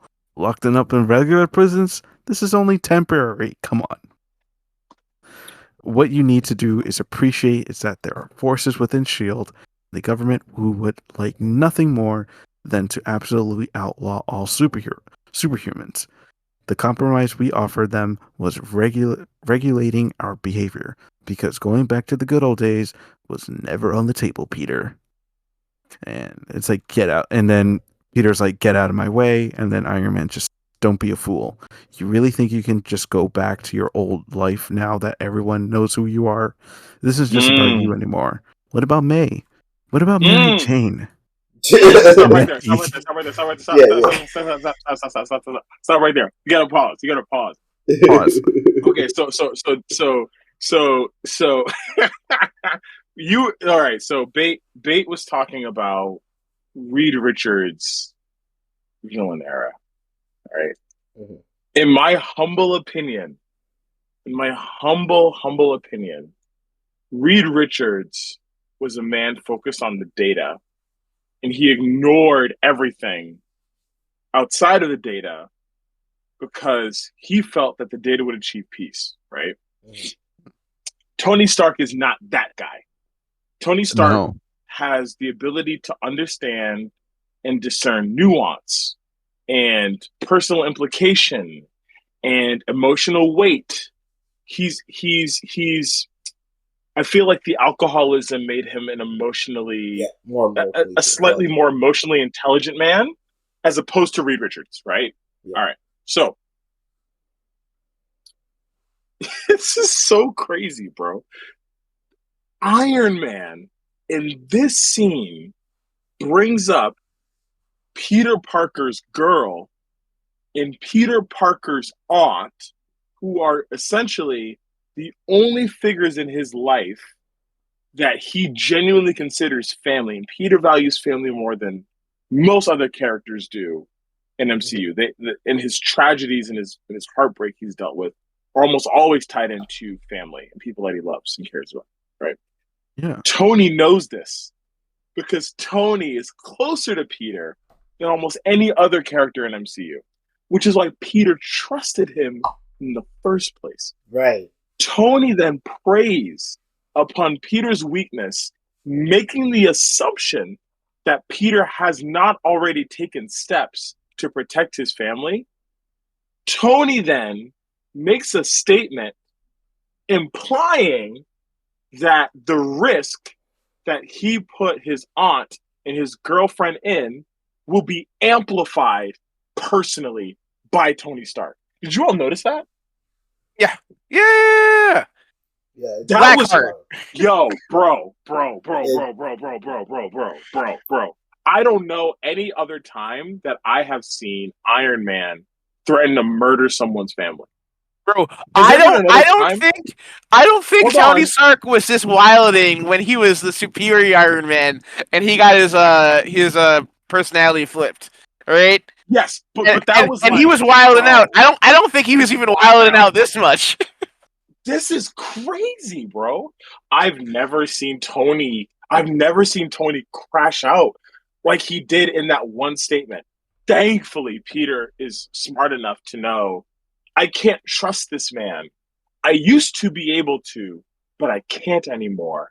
So I have to take private steps to protect my family, even against the people that I once considered my friends, which is horrible. It's horrible. However, Peter understands how dangerous Iron Man is in this current state, and he also understands how extremely powerful Iron Man is in this situation. And so he's taken steps to make sure that Tony can't access things that would put his loved ones in danger, which is insane. This is a story about heroes fighting each other. I don't know if he was... How do we get to this scale? I don't know if he was threatening him here, but like I don't think he would implicitly. It was a very mob boss kind of way to be like, you know. It's very kingpin. What are you going to do? If a mob boss comes up to you, I'm like, I'm just saying, I'm looking out for you. I mean, what about your wife and your kids? What's gonna happen to them if something happened to you? Dude, listen. I heard. I heard Wilson Fisk's words come out of Tony Stark's mouth, bro. I heard Wilson Fisk's words come out of Tony Stark's. I've been watching Born Again. I've been watching the Daredevil series. I know how Wilson Fisk talks. That was Wilson Fisk's words coming out of Tony Stark's mouth, and it shocked me when I saw it. When I read it, I was like, I didn't think he would go this far, bro. I didn't think he would go this far. And we have to talk about how he goes even farther, because when Spider-Man manages to get away, well, what does he do? Well, they send villains to hunt him down in the sewers. And these villains almost kill him. Almost kill him. If it was not for like the nanite chips, they could have killed him. Right? Within an inch of his life, they beat this man to basically death. Basically death. And thankfully, our boy, our goat, Frank Castle, the Punisher, shows up. Thank goodness, because if the Punisher didn't show up, he'd be dead. But yeah, so what happens next, Beto, after the Punisher? After the Punisher beats up or just straight up kills them. Beats up? Well. Strong word. Let me take that back. How to get to a beat? After the Punisher sends him to the Shadow Dimension. Try to get the kids, kids audience or something. After the Punisher just goes Rambo, we see Johnny Storm and Susan Richards just incognito going to the new headquarters. So they go to the new headquarters, and in the new headquarters, there is a meeting between everyone just getting all together, just finding out again another just powwow kind of situation of where to go, what kind of places we should go to, and just make sure that we know what to do if anything goes bad. And they're also wondering, what is the number 42? What is that? And during that discussion, pops up Frank Castle with a beat up and torn Peter Parker, saying, Get me a medic now. And Steve just goes up and just be like, bro, let's get him. Let's get a medic. So he goes into the medic bay, and Frank Castle just starts like talking, saying, hey guys, so what's up? And everyone else is like, our side. What do you mean? What do you mean our side? What do you mean, what's up? What's going on? It's like, I'm part of the team, right? And everyone is just like, hold on. Yeah, that one guy that, like, is periphery to the friend group. It's kind of has a bad vibes. Yeah. But he's still technically there, yeah. It's like, oh, okay. And everyone's asking Steve, hey, are we listening to him? And Steve is like, quiet, I'm thinking. While a superhero is also taking her stance at calling the right person, Tony Stark, betraying her team. So, we also then go to Hell's Kitchen, where Daredevil is caught and being sent to the Shadow Realm. While also that is happening, She-Hulk and Mr. Fantastic are having a conversation, saying, "What am I doing? What are we doing?" They don't understand, but more or less, She-Hulk is like, "Hey, what are you gonna do?" I think this is. It's also crazy because Shield's a lawyer. Yeah. Imagine it's supposed to, this is my lawyer, dog. She's working for fascists.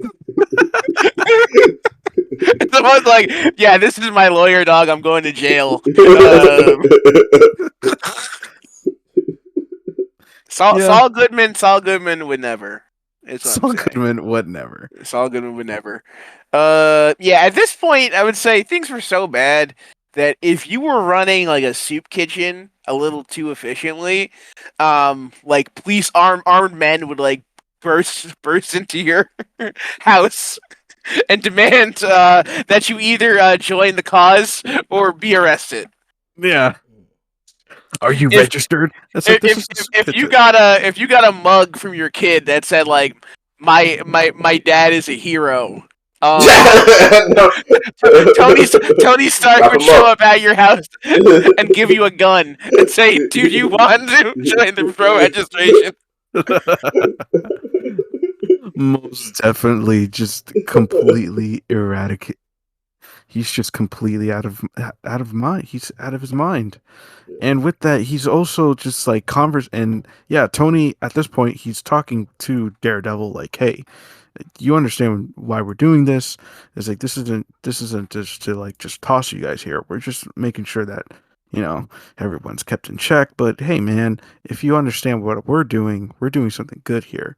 And he brings up a team. He brings up a new idea that's been going that he's trying to start up is to have 50 superhero teams in the 50 states in America, all licensed and all in the registration, which is a terrible idea, I think, but we'll get to that later. He's just talking to him, but Daredevil never says anything. And then he asked him, "What do you say? Can we talk?" But one of the guards was like, "Actually, he hasn't said a word in a minute, but we found this silver dollar under his tongue, and he said he's been saving it for you." Tony's like, "What? A silver dollar? I don't understand."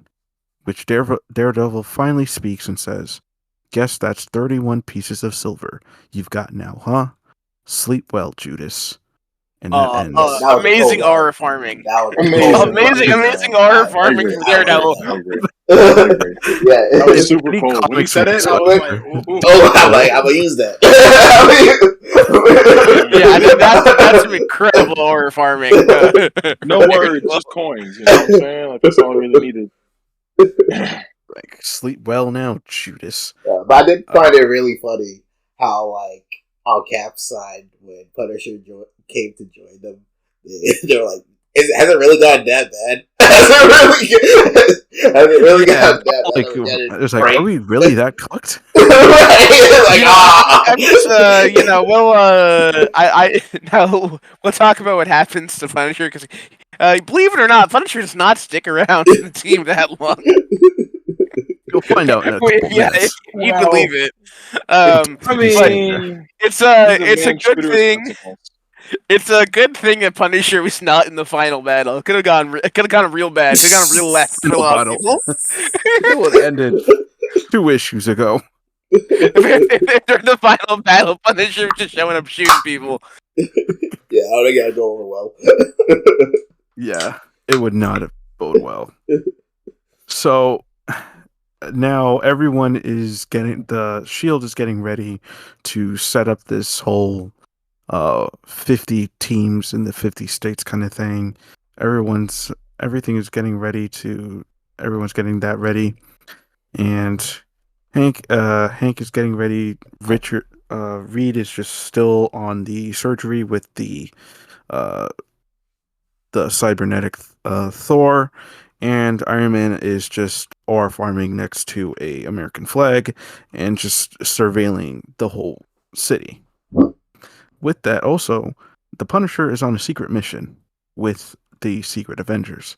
He's trying to get to the plans to the super prison that all the superheroes are in, and they just want to get in and get all the superheroes out so that final battle kind of thing.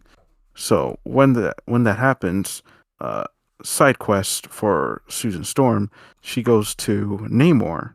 I don't know why she went to Namor.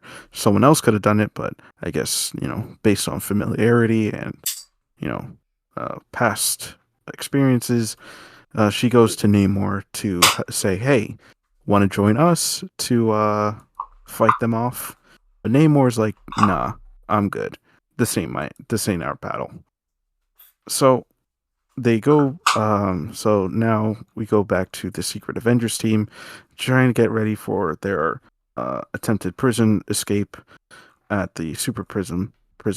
Why do I say prison 2 times? Whatever. But they start analyzing the whole map area, and trying to get things situated.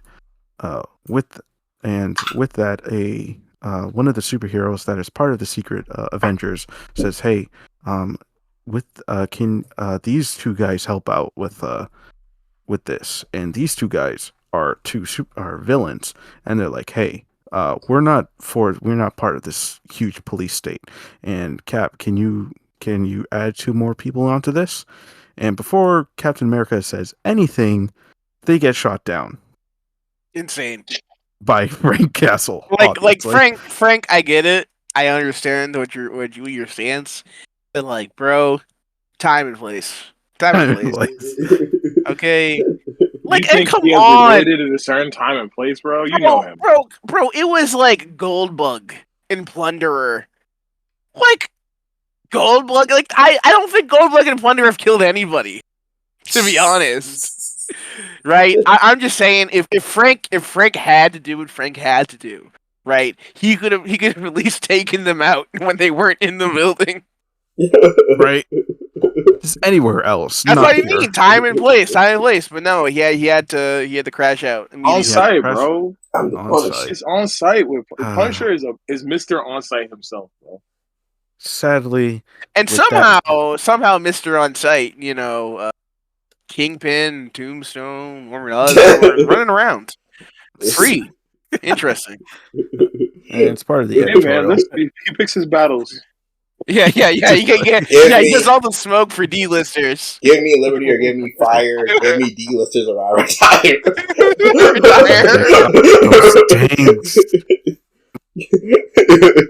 There's villains. They get under my Questioning Frank's skin. methods is crazy, man. I'm not going to question it. I'll be at the end of a barrel at that. Exactly right. Not again. It's not a game here. Yeah, And, so and also, it's not a game. Captain America Yeah. punches and beats up Frank Castle. It's like, come on, man. It's like, shut up, fight. But Frank is like, nah, I'm not gonna fight, not against you. Yeah, he's too much of a Captain America fanboy to fight back. But yeah, and then Captain America's like, yeah, whatever, get him out of here and throw his guns in the incinerator. Like, that's gonna help.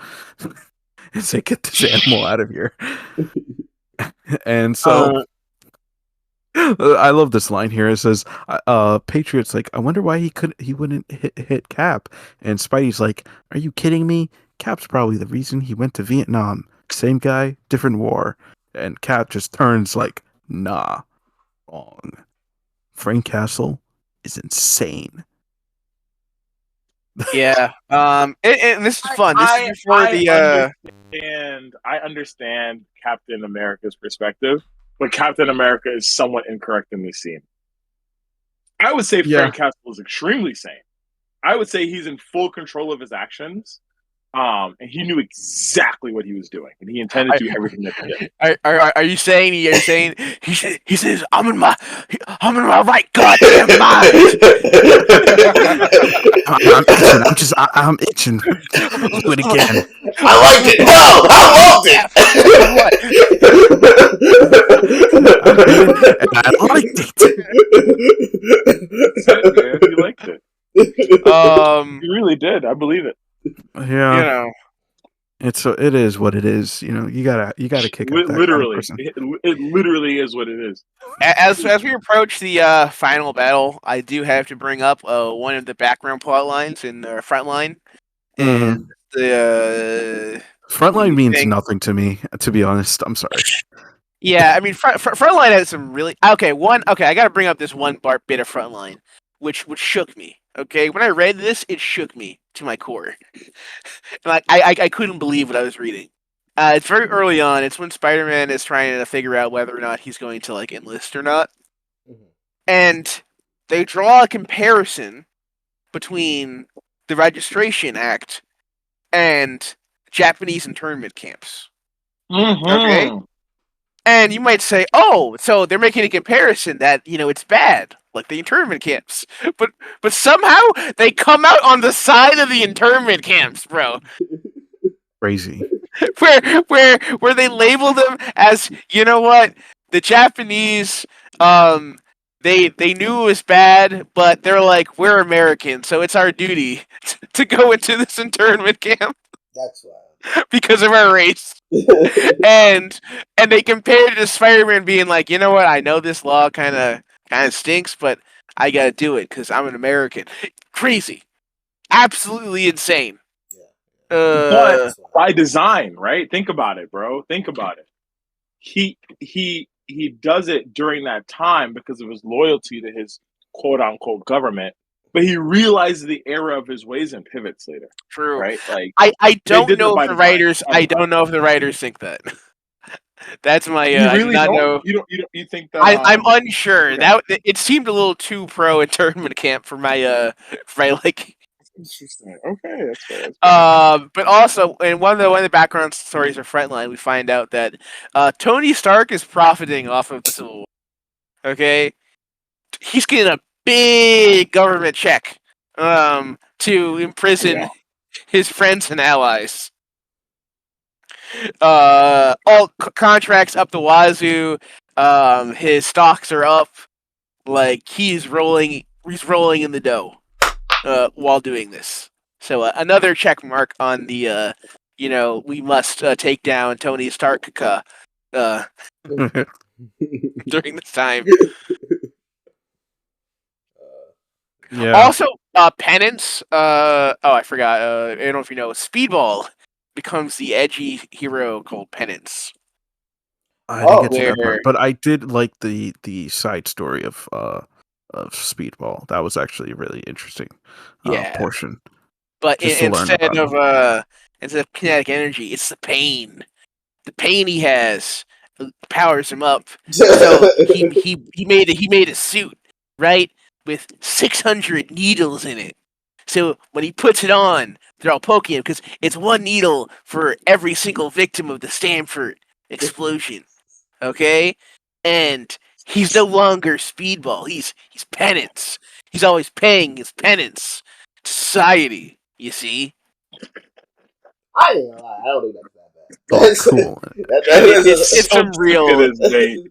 It's some real Oh, edge man. lord. Oh my gosh, it is that part of that time period. Edgelord and Yeah. everything. Yeah, it's extreme edge. I almost like it. But yeah, Almost like it is crazy. I kind of respect it. I kind of respect it. Yeah, What for a are you gonna character do? development thing. For a while, he refused to even like own his role in the tragedy. So Right? there's that. To be honest, I understand, but you have to face the consequences in some ways. Yeah, bro. You had a hand in this. Yeah. It's horrible, but you had a hand in this. All right, so final battle time. Before the final battle,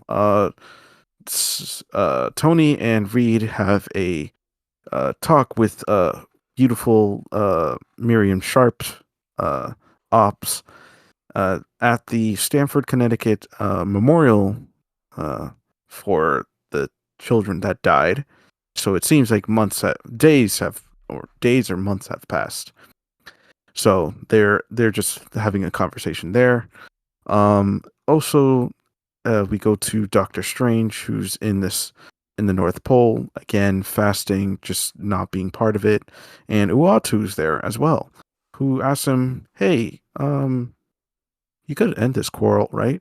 Just a whisper or something." And it's like, "Yeah, that's why I'm not. That's why I don't do this. I'm not doing it. It's not my problem. And if I do it, it would cause more problems than anything." But Uatu's like, "Hey, man." Hands up and everything. "Hey, man, that's you. I'm just a watcher." And now we go to the penitentiary, the secret room. They invaded the cell area and was like, "Let's go in."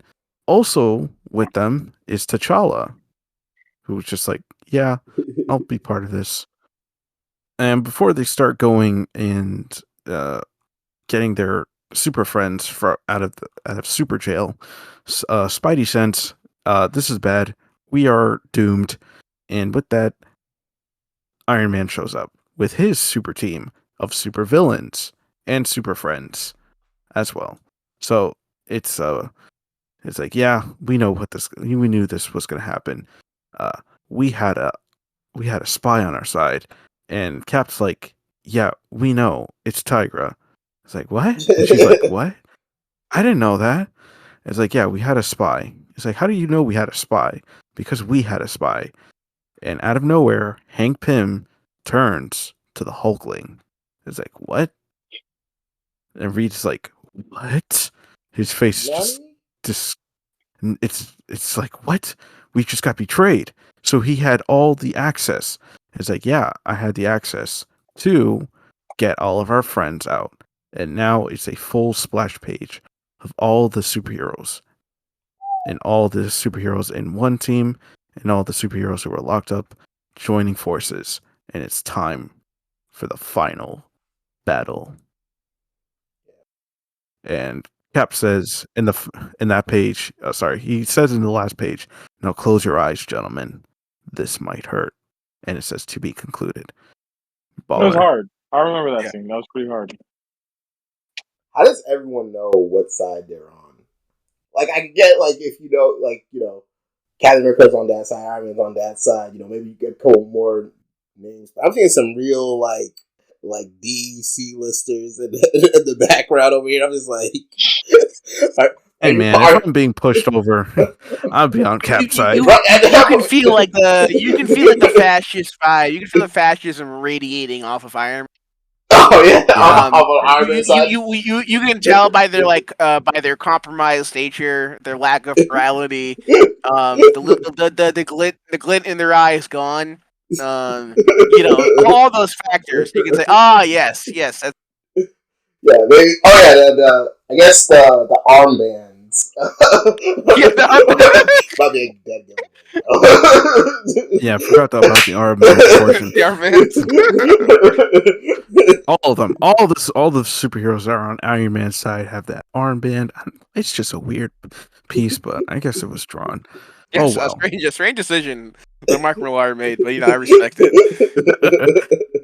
And now the final battle is here. They're all beating everyone up. Everyone's punches, ruffled tuffles and all that. And everyone's just like, everyone is just fighting. Yeah, but Vision faces through Iron Man's suit to disable him. Yeah, that was crazy, bro. Yeah, and they're trying to get out of there. Yeah, they're trying to get out of there. Getting what was it? I think it was T'Challa who's trying to get everybody out, but it seems like there's no way to get out of the negative zone because I think it was closing. So they're like, it was being forced closed by Maria Hill, telling everybody to close it. Just close the negative zone so all the superheroes are in there. But they, as a last minute ditch, they're like, Cloak, get us out of here. So he takes everybody out of there and onto New York City, where they can keep fighting even more. And they're boxing. They're boxing for real. They're boxing for real. They're really fighting, but Iron Man's like, get the civilians out of here, but that's not going to stop that. Everyone is punching. All buildings are crashing. It's 9/11 everywhere. And as soon as Captain America gets pinned by all the supervillains who were on Iron Man's side, Namor shows up and starts helping Cap. There's a subplot in Frontline about like a Namor, like Atlantean sleep rations, and it's heavily implied that Tony Stark was controlling or that Tony Stark did something, but there's a bit where I think Norman Osborn shoots like an Atlantean diplomat, and it's unclear whether or not Tony is also trying to like keep the war going by like starting a different front. So that's where I didn't end up reading. I think I was also skipping those parts because I was like, that looks boring. It was. It was boring, but also informative to the rest of the series. Oh yeah, and to talk about if we're talking about aura farming, we gotta talk about this panel that gets brought up a lot. This one page that if you've been a Spider-Man fan, you've seen it many times. Everyone's seen it. Everyone's seen it, but it's the one where Spider-Man is low diffing, low to no diffing, like 4 to 5 people in a row. Oh, yeah. I think I see like what Doc Samson, and then there's Radioactive Man. I don't recognize the other people, but you get this great moment where Reed is looking at Spider-Man completely whooping everyone and says, "Amazing." And Spider-Man with a kick to Reed's neck says, "Spectacular." Healer. Yeah, That was you so know what? That's tough. clean. That's why. That was That's so why he's my goat. clean. That's why he's my goat. Yeah, Like, yeah. Spider-Man in that scene was. I loved that section. Right, like in that section, Spider-Man is fighting multiple people simultaneously while dodging attacks from Reed Richards, and then attacks him in the middle of that melee. Like Spidey's senses must have been going absolutely bananas, bro. Oh, yeah. Incredible, bro. In my depth of my heart, bro, I was saying to myself, if they ever animate Civil War, this scene is going to be Oh, it was spectacular. Surprised they haven't done an I'm animated Civil surprised. War. Yeah, they should do an animated Civil War. That should do. I don't think they'll make it now because Disney, but an animated No. Civil War would. It would win a Um, lot of people's heart, I think. There's some really great moments. Hercules gets his get back on Thor. Yeah, Thor Um, shows up and everyone knows what happened with that one. Taskmaster gets no diff by Storm, and Was it Cap. Storm? Was it Storm, or was it someone else that flattened him like a pancake? No, Oh Susan no, Storm. that was Susan Storm. Yeah, so Susan Taskmaster. Storm. Yeah, Taskmaster There we go. tries to shoot Reed. No, wait, no. Taskmaster was going to shoot Susan, but Reed just stops, just like no, my wife. And, My wife. and then Sue was like, "What did you do to my husband?" And just flattens him. He's like, "Oh, okay, this isn't good." He's like, oh no. I was half expecting Unfortunately, that to come out. unfortunately, fellas, the fun has to come to an end because even when my goat Captain America is beating the brakes off of Iron Man, he gets stopped by a bunch of civilians. And I'll say this, quote unquote civilians, quote unquote first responders, right? Grab Steve, right? Yeah. But I'm holding out. My theory: these are crisis actors. These are paid actors. These are paid actors by Tony. They're not real first responders. These are not real people. These are not real civilians. Nice try. This is all part of Tony's master plan. All part of the cap. Yeah. Yeah, as soon as the fight kept going, it had to stop because the first responders were like, "Yo, what are you doing?" It's like, "What's going on?" And Captain America's like, "Yeah, what am I doing?" So he just gives up, stops the fight, saying, "You're not arresting Captain America. You're arresting Steve Rogers." So lame, bro. So lame. Yeah. Oh my Okay. word. All right. I'm Yeah, happy yeah, I'm not Gray. on You've been ready. You've been queuing this up. All right. So all right. Let's talk about it. Let's talk about it. Break this down. Let's break this down, bro. So we have a storyline. You done a great job. You done a great job, Beto, kind of breaking down the storyline. Right. So we have a storyline of two factions. Right. One faction feels that civilian safety is more important than hero safety and confidentiality, right? And then we have another faction that feels like since we're protecting civilians, whatever it takes to maintain that status quo for us to be able to help people is worth it, right? Even if anonymity sometimes is essential to our line of work, because without anonymity, um, our loved ones are at risk, and it makes the job that we have to do nearly impossible, right? So we have a very nuanced conflict with a lot of intricacies, delicate details, things that take a fine-toothed comb to really discern all of the elements involved, and no one is technically perfectly wrong, and no one is technically perfectly right. And so when reading this, had no idea how it would end. Was genuinely hoping for a resolution that would allow the biggest factors in this conflict to essentially have a space where their voice held weight, right? Mhm. And how things wrapped was with Captain America looking at the amount of chaos that the war itself ensued, and then essentially deciding based on that chaos that if he surrendered, the chaos and the destruction would end. And so he essentially, which I've never seen from Steve Rogers, sacrificed his personal principles to say, you know what? What if I just stopped fighting for what I believe in and let them arrest me? And watching that scene for me was uh, uncomfortable, to say the least, because we've seen in this point of the story Captain America fight through an extreme amount of adversity and challenge and difficulty.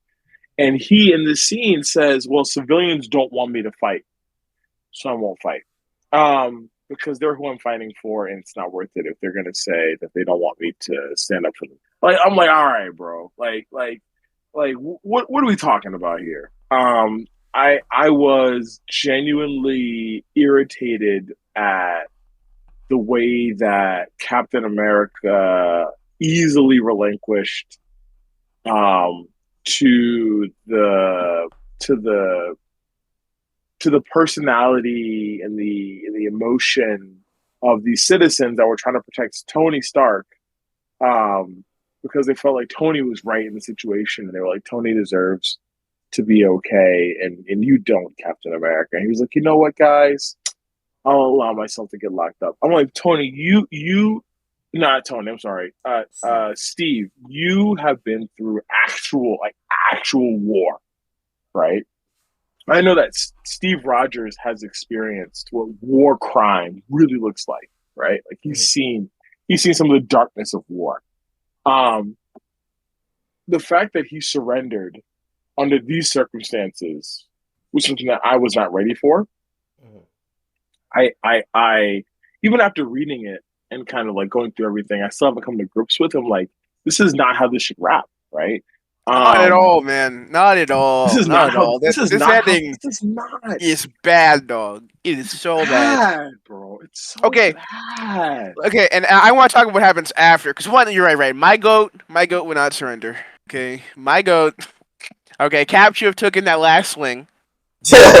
Um, but like one, right? Okay, if in any other conflict that Cap was in, if he knew what he was doing was wrong, and a bunch of civilians were like, no, you can't do it. You're hurting him. He would say no. Like what? Like are you talking about if it's like it's 1944 and he's in Germany and a bunch of German civilians are like, no, Captain, don't hurt, don't hurt Zemo. What would Cap be like? Oh man, I'm fighting for them. I'm fighting for the common people.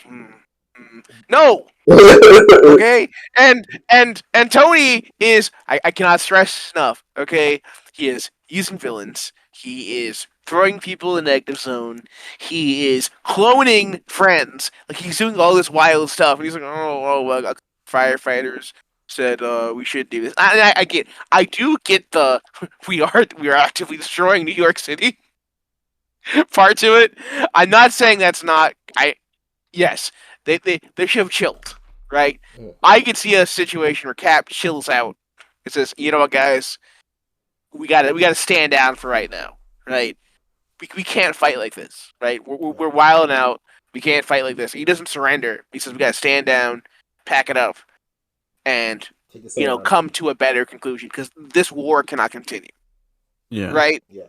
That would have been better, but instead he surrenders. Not only does he surrender, right? I'm gonna do the summary now, okay? Because I gotta rant about this. Mm-hmm. Not only does he surrender, right?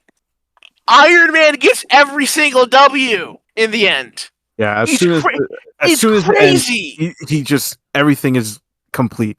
The 50 state thing is happening. He becomes the commander of Shield. Shield, right? And they say, oh, there's amnesty and whatnot. Just cop out, right? And you got what Hank Pym on Time magazine. You got Reed Richards. Somehow he gets back of Sue. Garbage. And what's the last page? What's a final page? Oh, it's Tony Stark smiling at the reader saying the best is yet to come. What are we doing? Just getting started. I'm just getting started. The best is yet to come, Adolf. Okay, bro. Basically, yeah. No, you're not wrong, bro. You're not wrong. It's how it felt. This event was followed up very closely by Secret Invasion. I'll tell you, the best was not yet to come. The best is not to come. Also, who becomes director of S.H.I.E.L.D.? Norman Osborn. Very interestingly enough. So you could say another problem that Tony created was as a result. Which led to, I think, America invading Asgard? Yeah. Amazing job, Tony. Truly. Amazing job all around. The disgusting war profiteer gets everything he ever wanted.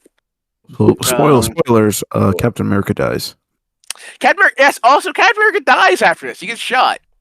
Assassinated by the Red Skull using his friends. Is that related to this? Or? So yeah, this happens right after. Like he's getting taken to prison and he's on the steps of a courthouse and he gets shot. That's wild. He gets better though, so he gets better after that. He gets better. He does in fact get better. But I think Bucky is Captain America for a while. Okay. But yeah, this and plus when you read the other material and you see just how bad Tony is, right? It makes it such a bigger slap in the face when you see everything that he has done and is doing. And in fact, I cannot stress this enough. He's making money off of this. He's making money off of this, and it's just like this is how we're leaving it out. I think Mark Millar in the interview says, yeah, Tony's right, which is also insane. I don't know. It's like having an entire movie about the Patriot Act and how bad the Patriot Act is and how civil liberties are infringed for it to end and saying, you know what, actually, Patriot Act ain't so bad. Hey. Yeah, like you guys said, I doubt this was. It felt very abrupt. With this ending, because like the writers. Yeah, it just ends. Yeah, it just kind of ends. Like the writers just kind of didn't know if they were getting another issue or not, and they were just told, actually, this is the last one. Yeah. We got some more products. You need to wrap this up right now. I was like, I guess. Well, we followed up this political message with a much better political message in Secret Invasion, which is minorities are evil and are looking to undermine society. We are. I'm sorry, that was crazy. I'm sorry. Wow. And now if we're gonna compare this to like the movie Civil War, of course, huge difference in amount of character. I think that's the biggest complaint you can have with movie Civil War. Movie Civil War is like it's like 12 people fighting in a parking lot. Yeah. Um, But it worked. I you think know, versus I think the weight of like Versus 40 people fighting in the negative zone. yeah, Dramatic difference. just like the importance of the hero act in the registration in the comics, it's like pushed to the side in the movie for just like for another side plot that had to take over. I don't know if I felt like the registration became just a simple side plot the in the movie. Covey Accords make way more sense than Superhero Arbitration Act 1. Right. And the stances that the characters have, I feel more sense in um and Cap is like in Captain America having a stance of like I don't want to be under the government because like the government can tell me something can tell me to do something that I don't want to do or tell me not to do something that I want to do. Yeah. Plus, he And I already guess literally went through like yeah, the Winter Soldier. yeah. So he's like, I don't So really trust the government right now.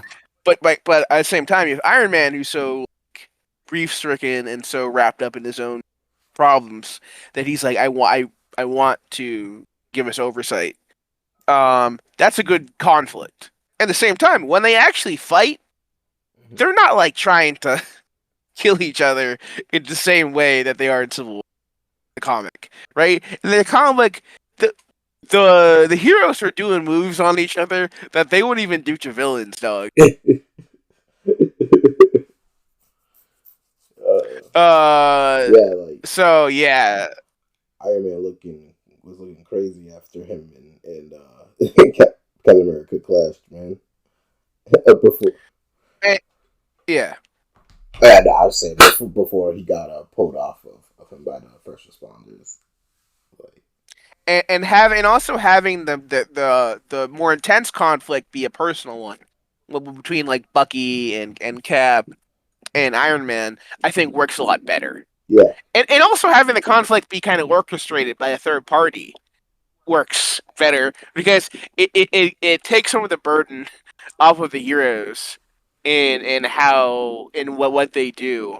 But the fact that there is no third party orchestrator, right? Even though the Secret Invasion, you'd think they'd say, "Oh, well, actually, these events were being like puppeteered by the Skrulls." No, no, nope.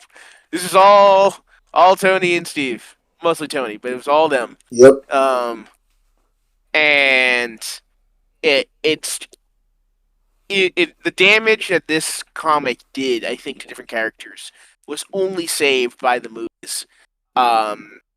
Being able to like kind of repair reputation because like this comic had lasting damage on the reputation of both Tony and Reed.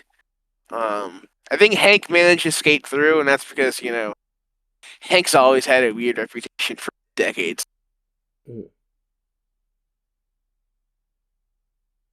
Yeah. But okay, so we've discussed the event. Now we will go into our rating system. We're going to determine whether this is peak or not. so So I'm guessing that I guess what side? So all in all, now that we've read Civil War, what side are you siding with? I have a feeling that we all I think have I the made same. my stance clear. Yeah. Cap. I'm on Cap's side forever and ever. I'm sorry. Even in the movie, I'm on Cap's side. Yeah. Yeah, well, it's about the Jew turbo because I think Tony Stark was right the entire time. Make that argument. Make that argument. Okay. Why? How you feel about gulags of no trial? Love them. Need more of them. I mean, really, I'm more on Team Spider-Man. She-Hulk should be forced to like give up being a lawyer. The fact that She-Hulk could continue to practice law after this is so wild. Yeah. Like, where'd you pass the bar? uh, But okay, we're gonna give our grading. In visual art and design, 1 through 5. We'll start grading that. I'm gonna say the art is pretty good, very good actually. Yeah, it's Uh, good. Yeah. I give the art a 5 personally. yeah, I like the art in this series. I think it's really well done. The only issue I had, and this honestly got prepared like later down the line, but like I would say in the early first issues, it was only Captain America that just seemed off to me. Like I don't know if it was like the angles that I was looking at him at or what, but like once he was in his costume, it just and they had close ups, especially with him when he was talking to like Maria Hill. Like it was some real like I think it was like some those wrinkles and cheekbones were just not doing it. It was uncanny. Yeah, it was very uncanny. But like as the series goes on, I think it improves.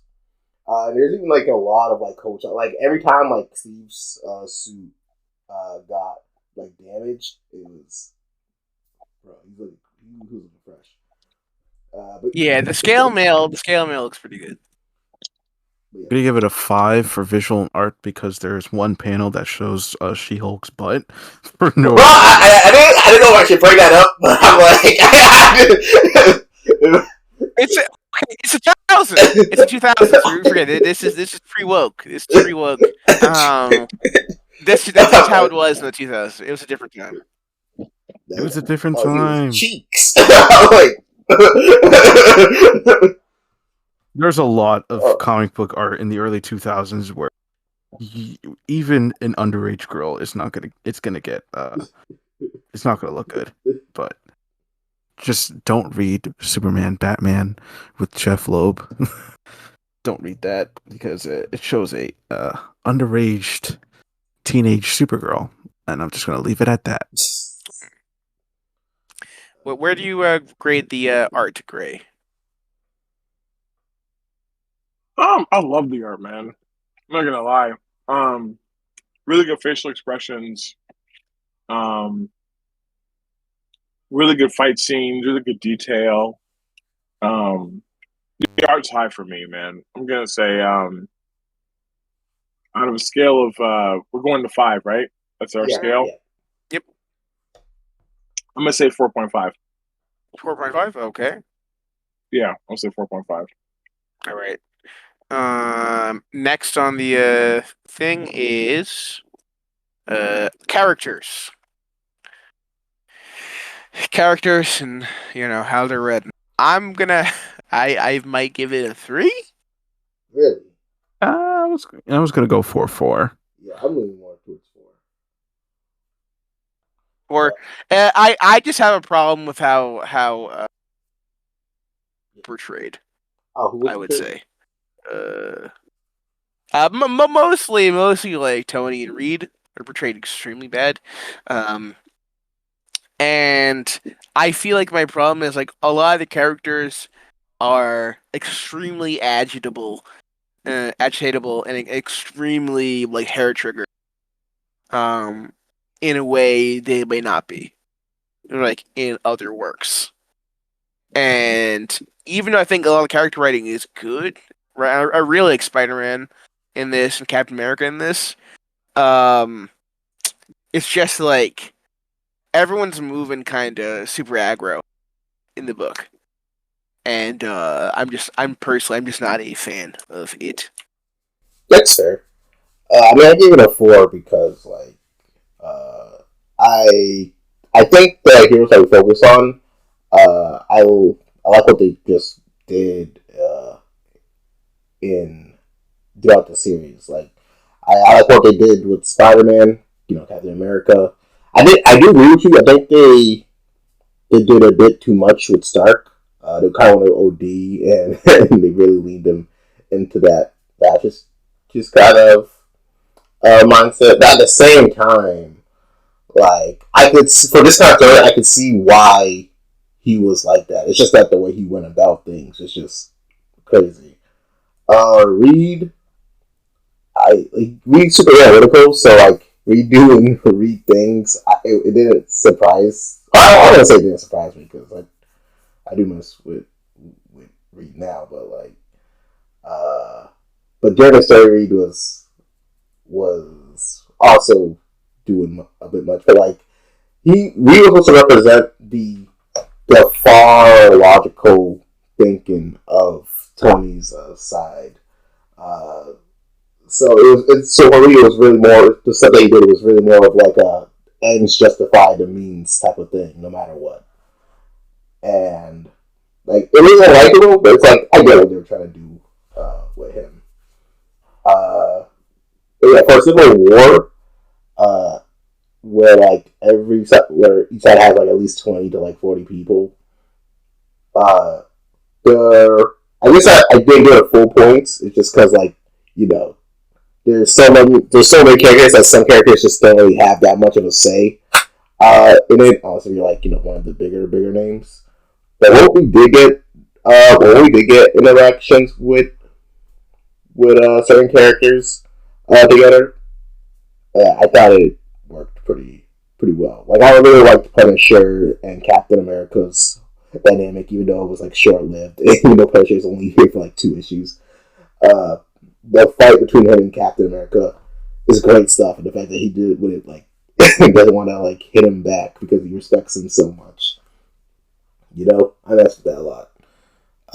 But yeah, I generally like. So yeah, that's why I think that the characters are 4. Nice. Yeah, I put it forward because I think it was like a really great. It's really strong characters, and they have a lot. Every character has like a strong voice, but it wasn't as great and good to keep going. Especially for Steve Rogers. I get the point he was trying to make, but it felt a little bit more personal to the writer. I don't think I'm going to say that right, but more in line that he was putting his own his personal belief inserted into Steve Rogers rather than Steve Rogers being his own character. But either way, they were strong characters who made strong arguments, and they were impactful to the story. Even to the smallest characters like Miriam Sharp, they were all like impactful characters. So, but there was some that were just like lacking, like Reed and Tony. Great. This is interesting. So when it comes to this metric, right? Um, my perspective on it is, always feel like if a character is fulfilling their job, right? And when I say their job, I mean each character in Marvel. I will say Marvel Comics in general has done a really great job of building this situation where each character has a certain level of weight and expectation to what you would look for from them, right? Mm-hmm. Yeah. So when I grade this scale, my scale is based on how well do these characters encapsulate in this storyline what I would expect from them based on who they have been written to be, right? Um, I rated it 3.5, man. I know I haven't given like a straight 4 or 3 yet, but I'm let down by the intelligence community in the series, because the intelligence community in the series have almost fully leaned towards the side of Iron Man. And when you look at things from a logical perspective, Sure, the civilians are upset because of what's happened to them. But there's another side of this perspective as well. And I am not high intelligence. I'm moderate intelligence, I would say. Like in real life.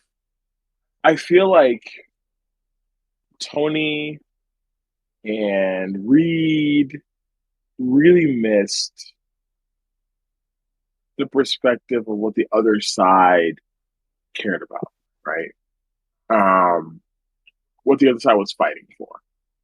And I know in our conversations we've talked about like, hey, like Tony Stark is a smart guy. Tony Stark also has emotional intelligence.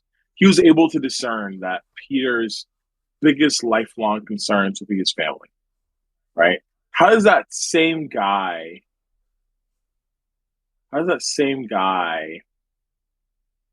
get to fight like real life fight against people that are essentially just trying to protect their privacy? Like it just felt like things were just so inconsistent. And I hate that because even Steve surrendering as quickly as he did, Steve doesn't strike me as the guy that surrenders easily. Right? Steve seems like the kind of guy that would like put his foot down and be like, no, like this is wrong. Yeah. Here's why this is wrong. Like these people aren't just fighting for the right to wear masks. These people are fighting for the right to protect others without putting themselves at extreme risk, right? Like why was Captain America the only one arrested in this situation and treated in the way that he was treated, right? Like there were other heroes that had to go underground, and we got the scene of that. Like, I thought it was great, but like I don't know, man. It feels like the story felt like those with a high level of mental intelligence were stupid in so many areas, and it was frustrating for me. Because of that, I have to rate it 3.5. I can't give it a 4. I'm not gonna rate it as low as a 3. I'm kind of in between the two, so 3.5. All right. Next category: writing and dialogue. I give it a 4. It's a. Okay. All right.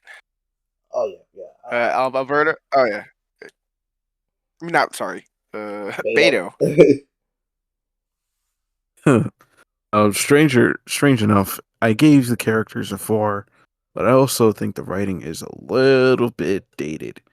Even if I read it, if I was not 5 years old, reading that, and I knew the situation that's going on, I still think it's a little bit dated. So I'm giving it a 3. Gray. I'm gonna say 4, bro.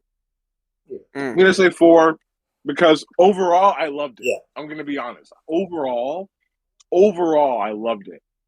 The ending was weak, and that was frustrating because I would have given it a 5.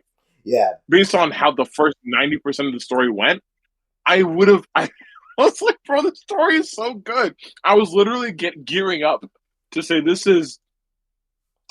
story is genuine peak, like peak.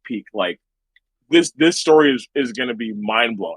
And then we ended with a flat tire, and it was frustrating for me because in my mind I was really hoping for an exceptional experience, and I walked away with a moderate experience, and it was disappointing. So I got to give it a 4. Yeah, I want you there. Like that's the same reason. Like I was really messing with it. I was really enjoying it, really messing with it. But I think the ending kind of just felt a bit too rushed and abrupt for me. I'm going to be kind to it. Okay, I'm going to choose kindness here, and I'm not going to factor in how I feel about Civil War Frontline.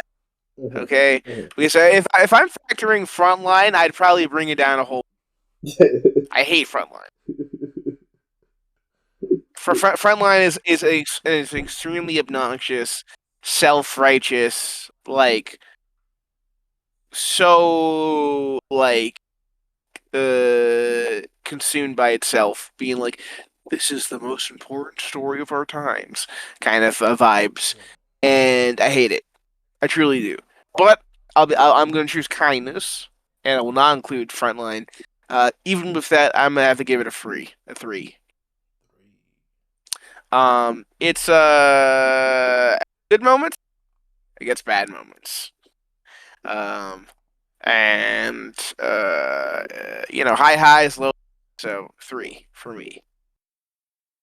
For me, yeah. All right, X Factor, uniqueness. I think X Factor is easy 5 for me. There wasn't an event like this before. There really has been an event like it after. It really is Really. smartly integrated. I think the entire like Marvel runs, sometimes to their detriment. Sometimes you'll be reading a run and you're like, why are we doing Civil War now? Shout out to anyone who read Runaways. Oh And, yeah, yeah, they did references. and had to have your book's momentum completely interrupted by Civil War. But other than that, I would say as an event, this was something special. Oh yeah, I agree. For X Factor, I also would put 5. This is literally, in my opinion, the best rendition of the hero versus hero trope. Like, I love the movie too, uh, and reading the movie was adapted. Granted, the movie, Gray said, goes its own kind of path with it, but like both versions, I think is the best hero versus hero trope that we see in different media, like in Injustice. Granted, I don't know if Injustice was inspired off of Civil War, but seeing how everything we see is 100% fact here, I'm gonna say yes.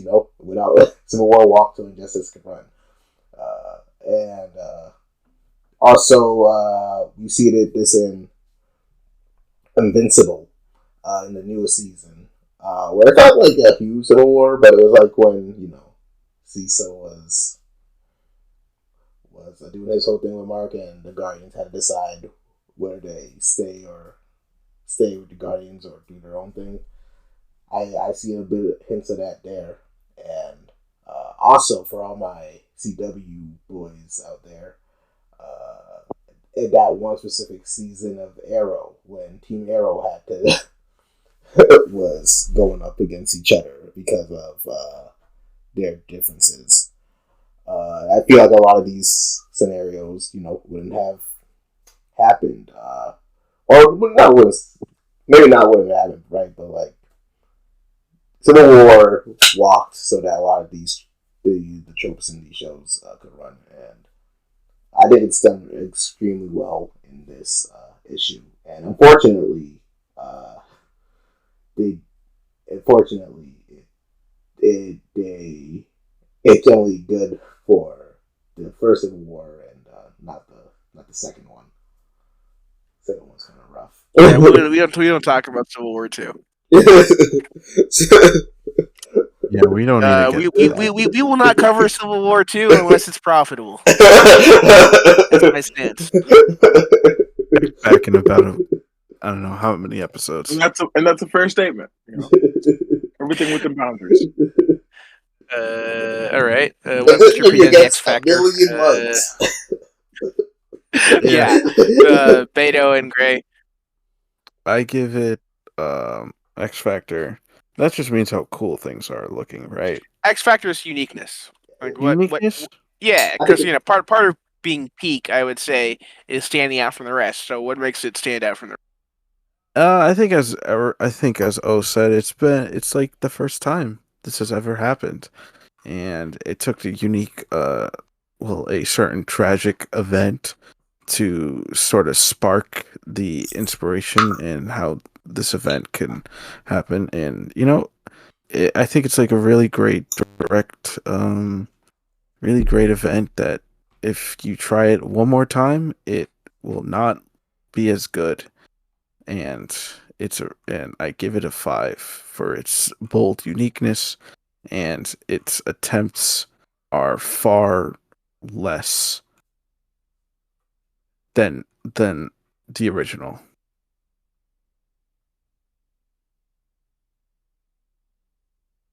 Greg? Hey man, I'm gonna give it a 5, bro. And the reason I'm gonna give it a 5 is I looked at like DC storylines.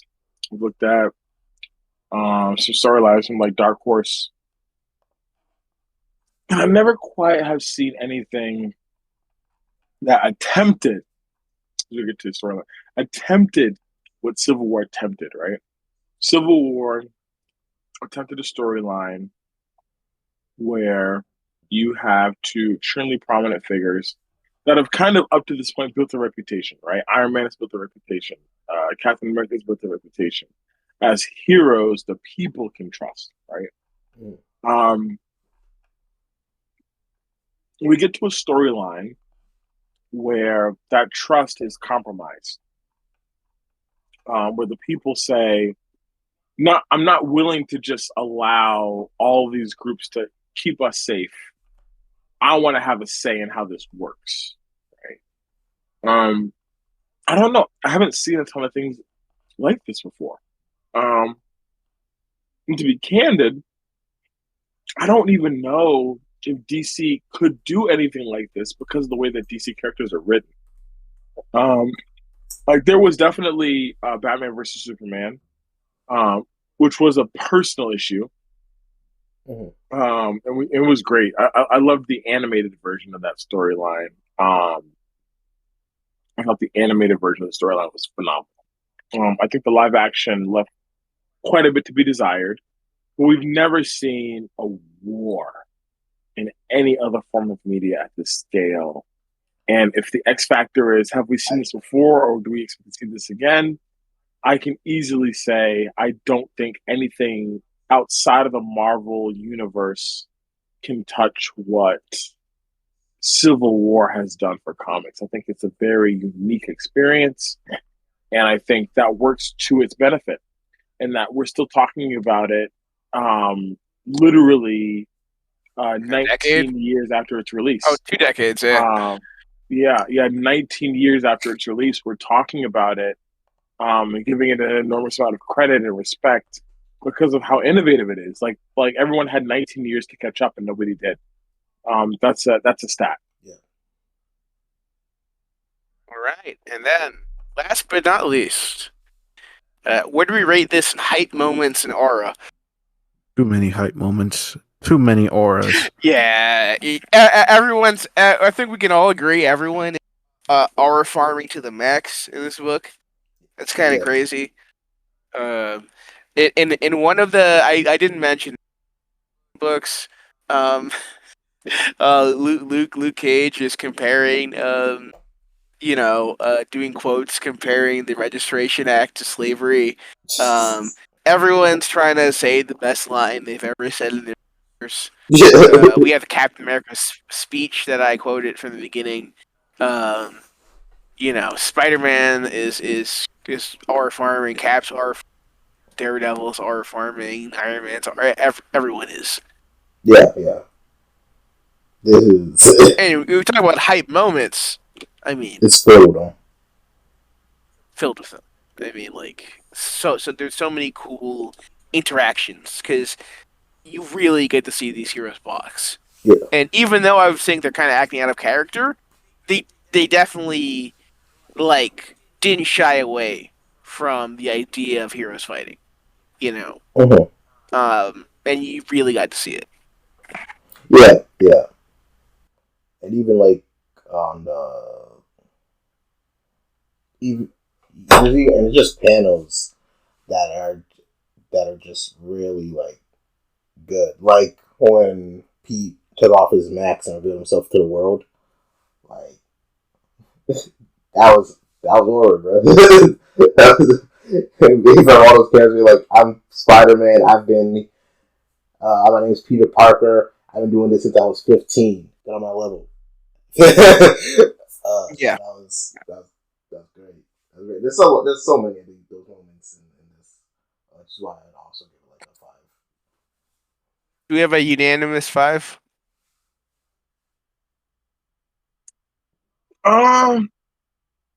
For hype moments in aura. No, you don't. Ooh. Explain yourself. Sure, I will. I'm going to explain myself right now. Mhm. So I feel like there are some characters in the story that definitely displayed that hype moment, right? Mhm. Quite a few moments from Iron Man. We got Avengers Assemble from Captain America. We got some great moments from Tony Stark. We like him or not, we did a great moment. Mhm. But to me, personally, that was mostly it. I felt like for a story with so many prominent people, Mhm. I was expecting more moments of hype, Mhm. more excitement. We got some, and they were great. The ones that we got were great.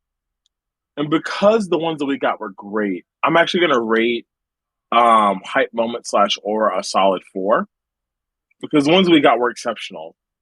But in a story where everyone is the main character, why do we only get 3 or 4 moments that feel really impactful? 3 or 4 people. I feel like we should have.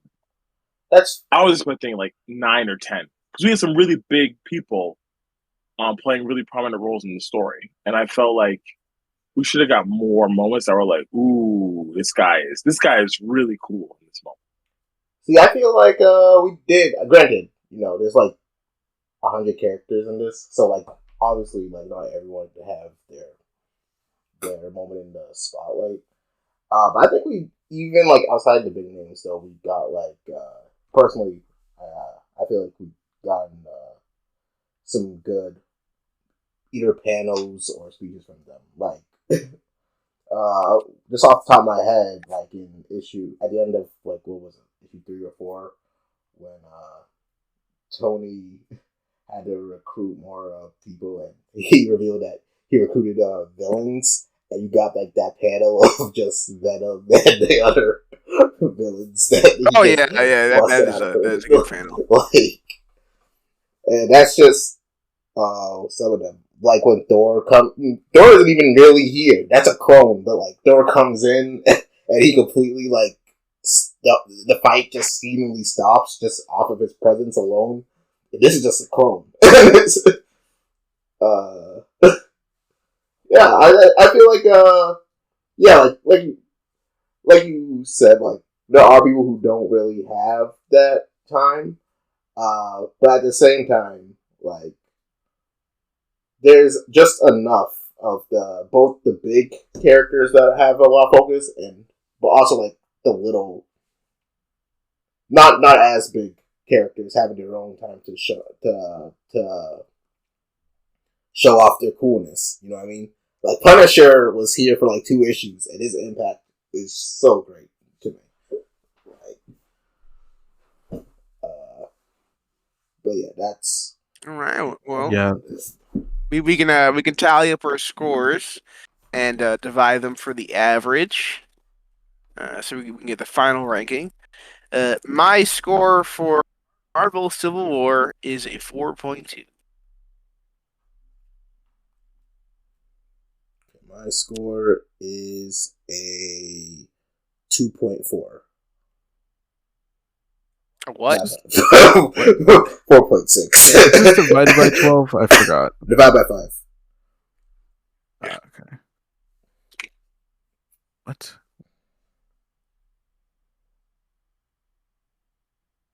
What is your score? Oh, A 4.6. 4.6. Okay. I got a 4.3. 4.3. 4.4. Sounds like a peak to me, baby. All right. Yeah, unfortunately. We've I'm dividing it, and the official peak of fiction ranking for Marvel Civil War is a 4.37. We're gonna round up to a 4.4. Hey. Where's that? What is that? Which, um, believe it or not, dear listeners, puts this above All-Star Superman. Yes, sir! Yes, sir! I used to pray for times like this to rhyme like this. I had to try I like it more than you do. Super Obo went different tonight, bro. You heard his speech, unfortunately, you know, our dear friend Gray was not able to be there for episode 0, so we are burdened. We are burdened by this ranking. You love to see. So, you know, right below Godzilla -1, we have What's Godzilla's score? Godzilla -1 4.5. Damn. Loki, I feel like I might have. Yep. Like Civil War more than Oh, Godzilla got a 4.5? Yeah. I respect it. -1 was phenomenal. The scale will be do not judge us by the collective scale. Judge us by the individual. Nah, we stand on business. We, all of us, are standing on this consecutively. So yeah. All right. Well, with that, I think our very long cast has come to an end. Next week, we will be beginning a new arc in the Peak of Fiction. We will be rating one of each of our favorite movies. So we will start this off with Speed Racer, my personal favorite movie of all time. I would say changed the trajectory of my life. I love this, hold it near and dear, and I hope you, dear listener, will come to appreciate Speed Racer. What it is, the 2008 masterpiece by the Wachowskis. The Wachowskis, the masterpiece that it is. Like, there hasn't been any other movie that the Wachowskis hasn't done. But I guess I could Speed make Racer. the argument. In fact, I will make the argument. It's the best movie the Wachowskis have ever done. That's a stance. Standing on business. And that's a stance I take. But we'll discuss that next week. All right. Sounds good. Sounds good. So, until then, dear, sweet, wonderful listener, thank you for listening to another episode of Peak of Fiction. Have a good one. Take care, everybody. Yo, it's been real, y'all. Good night. Thanks for listening to another episode of Peak of Fiction. Cover art for Peak of Fiction is by Novacatus, and music is by Gadgets. Stay cool and never stop seeking peak.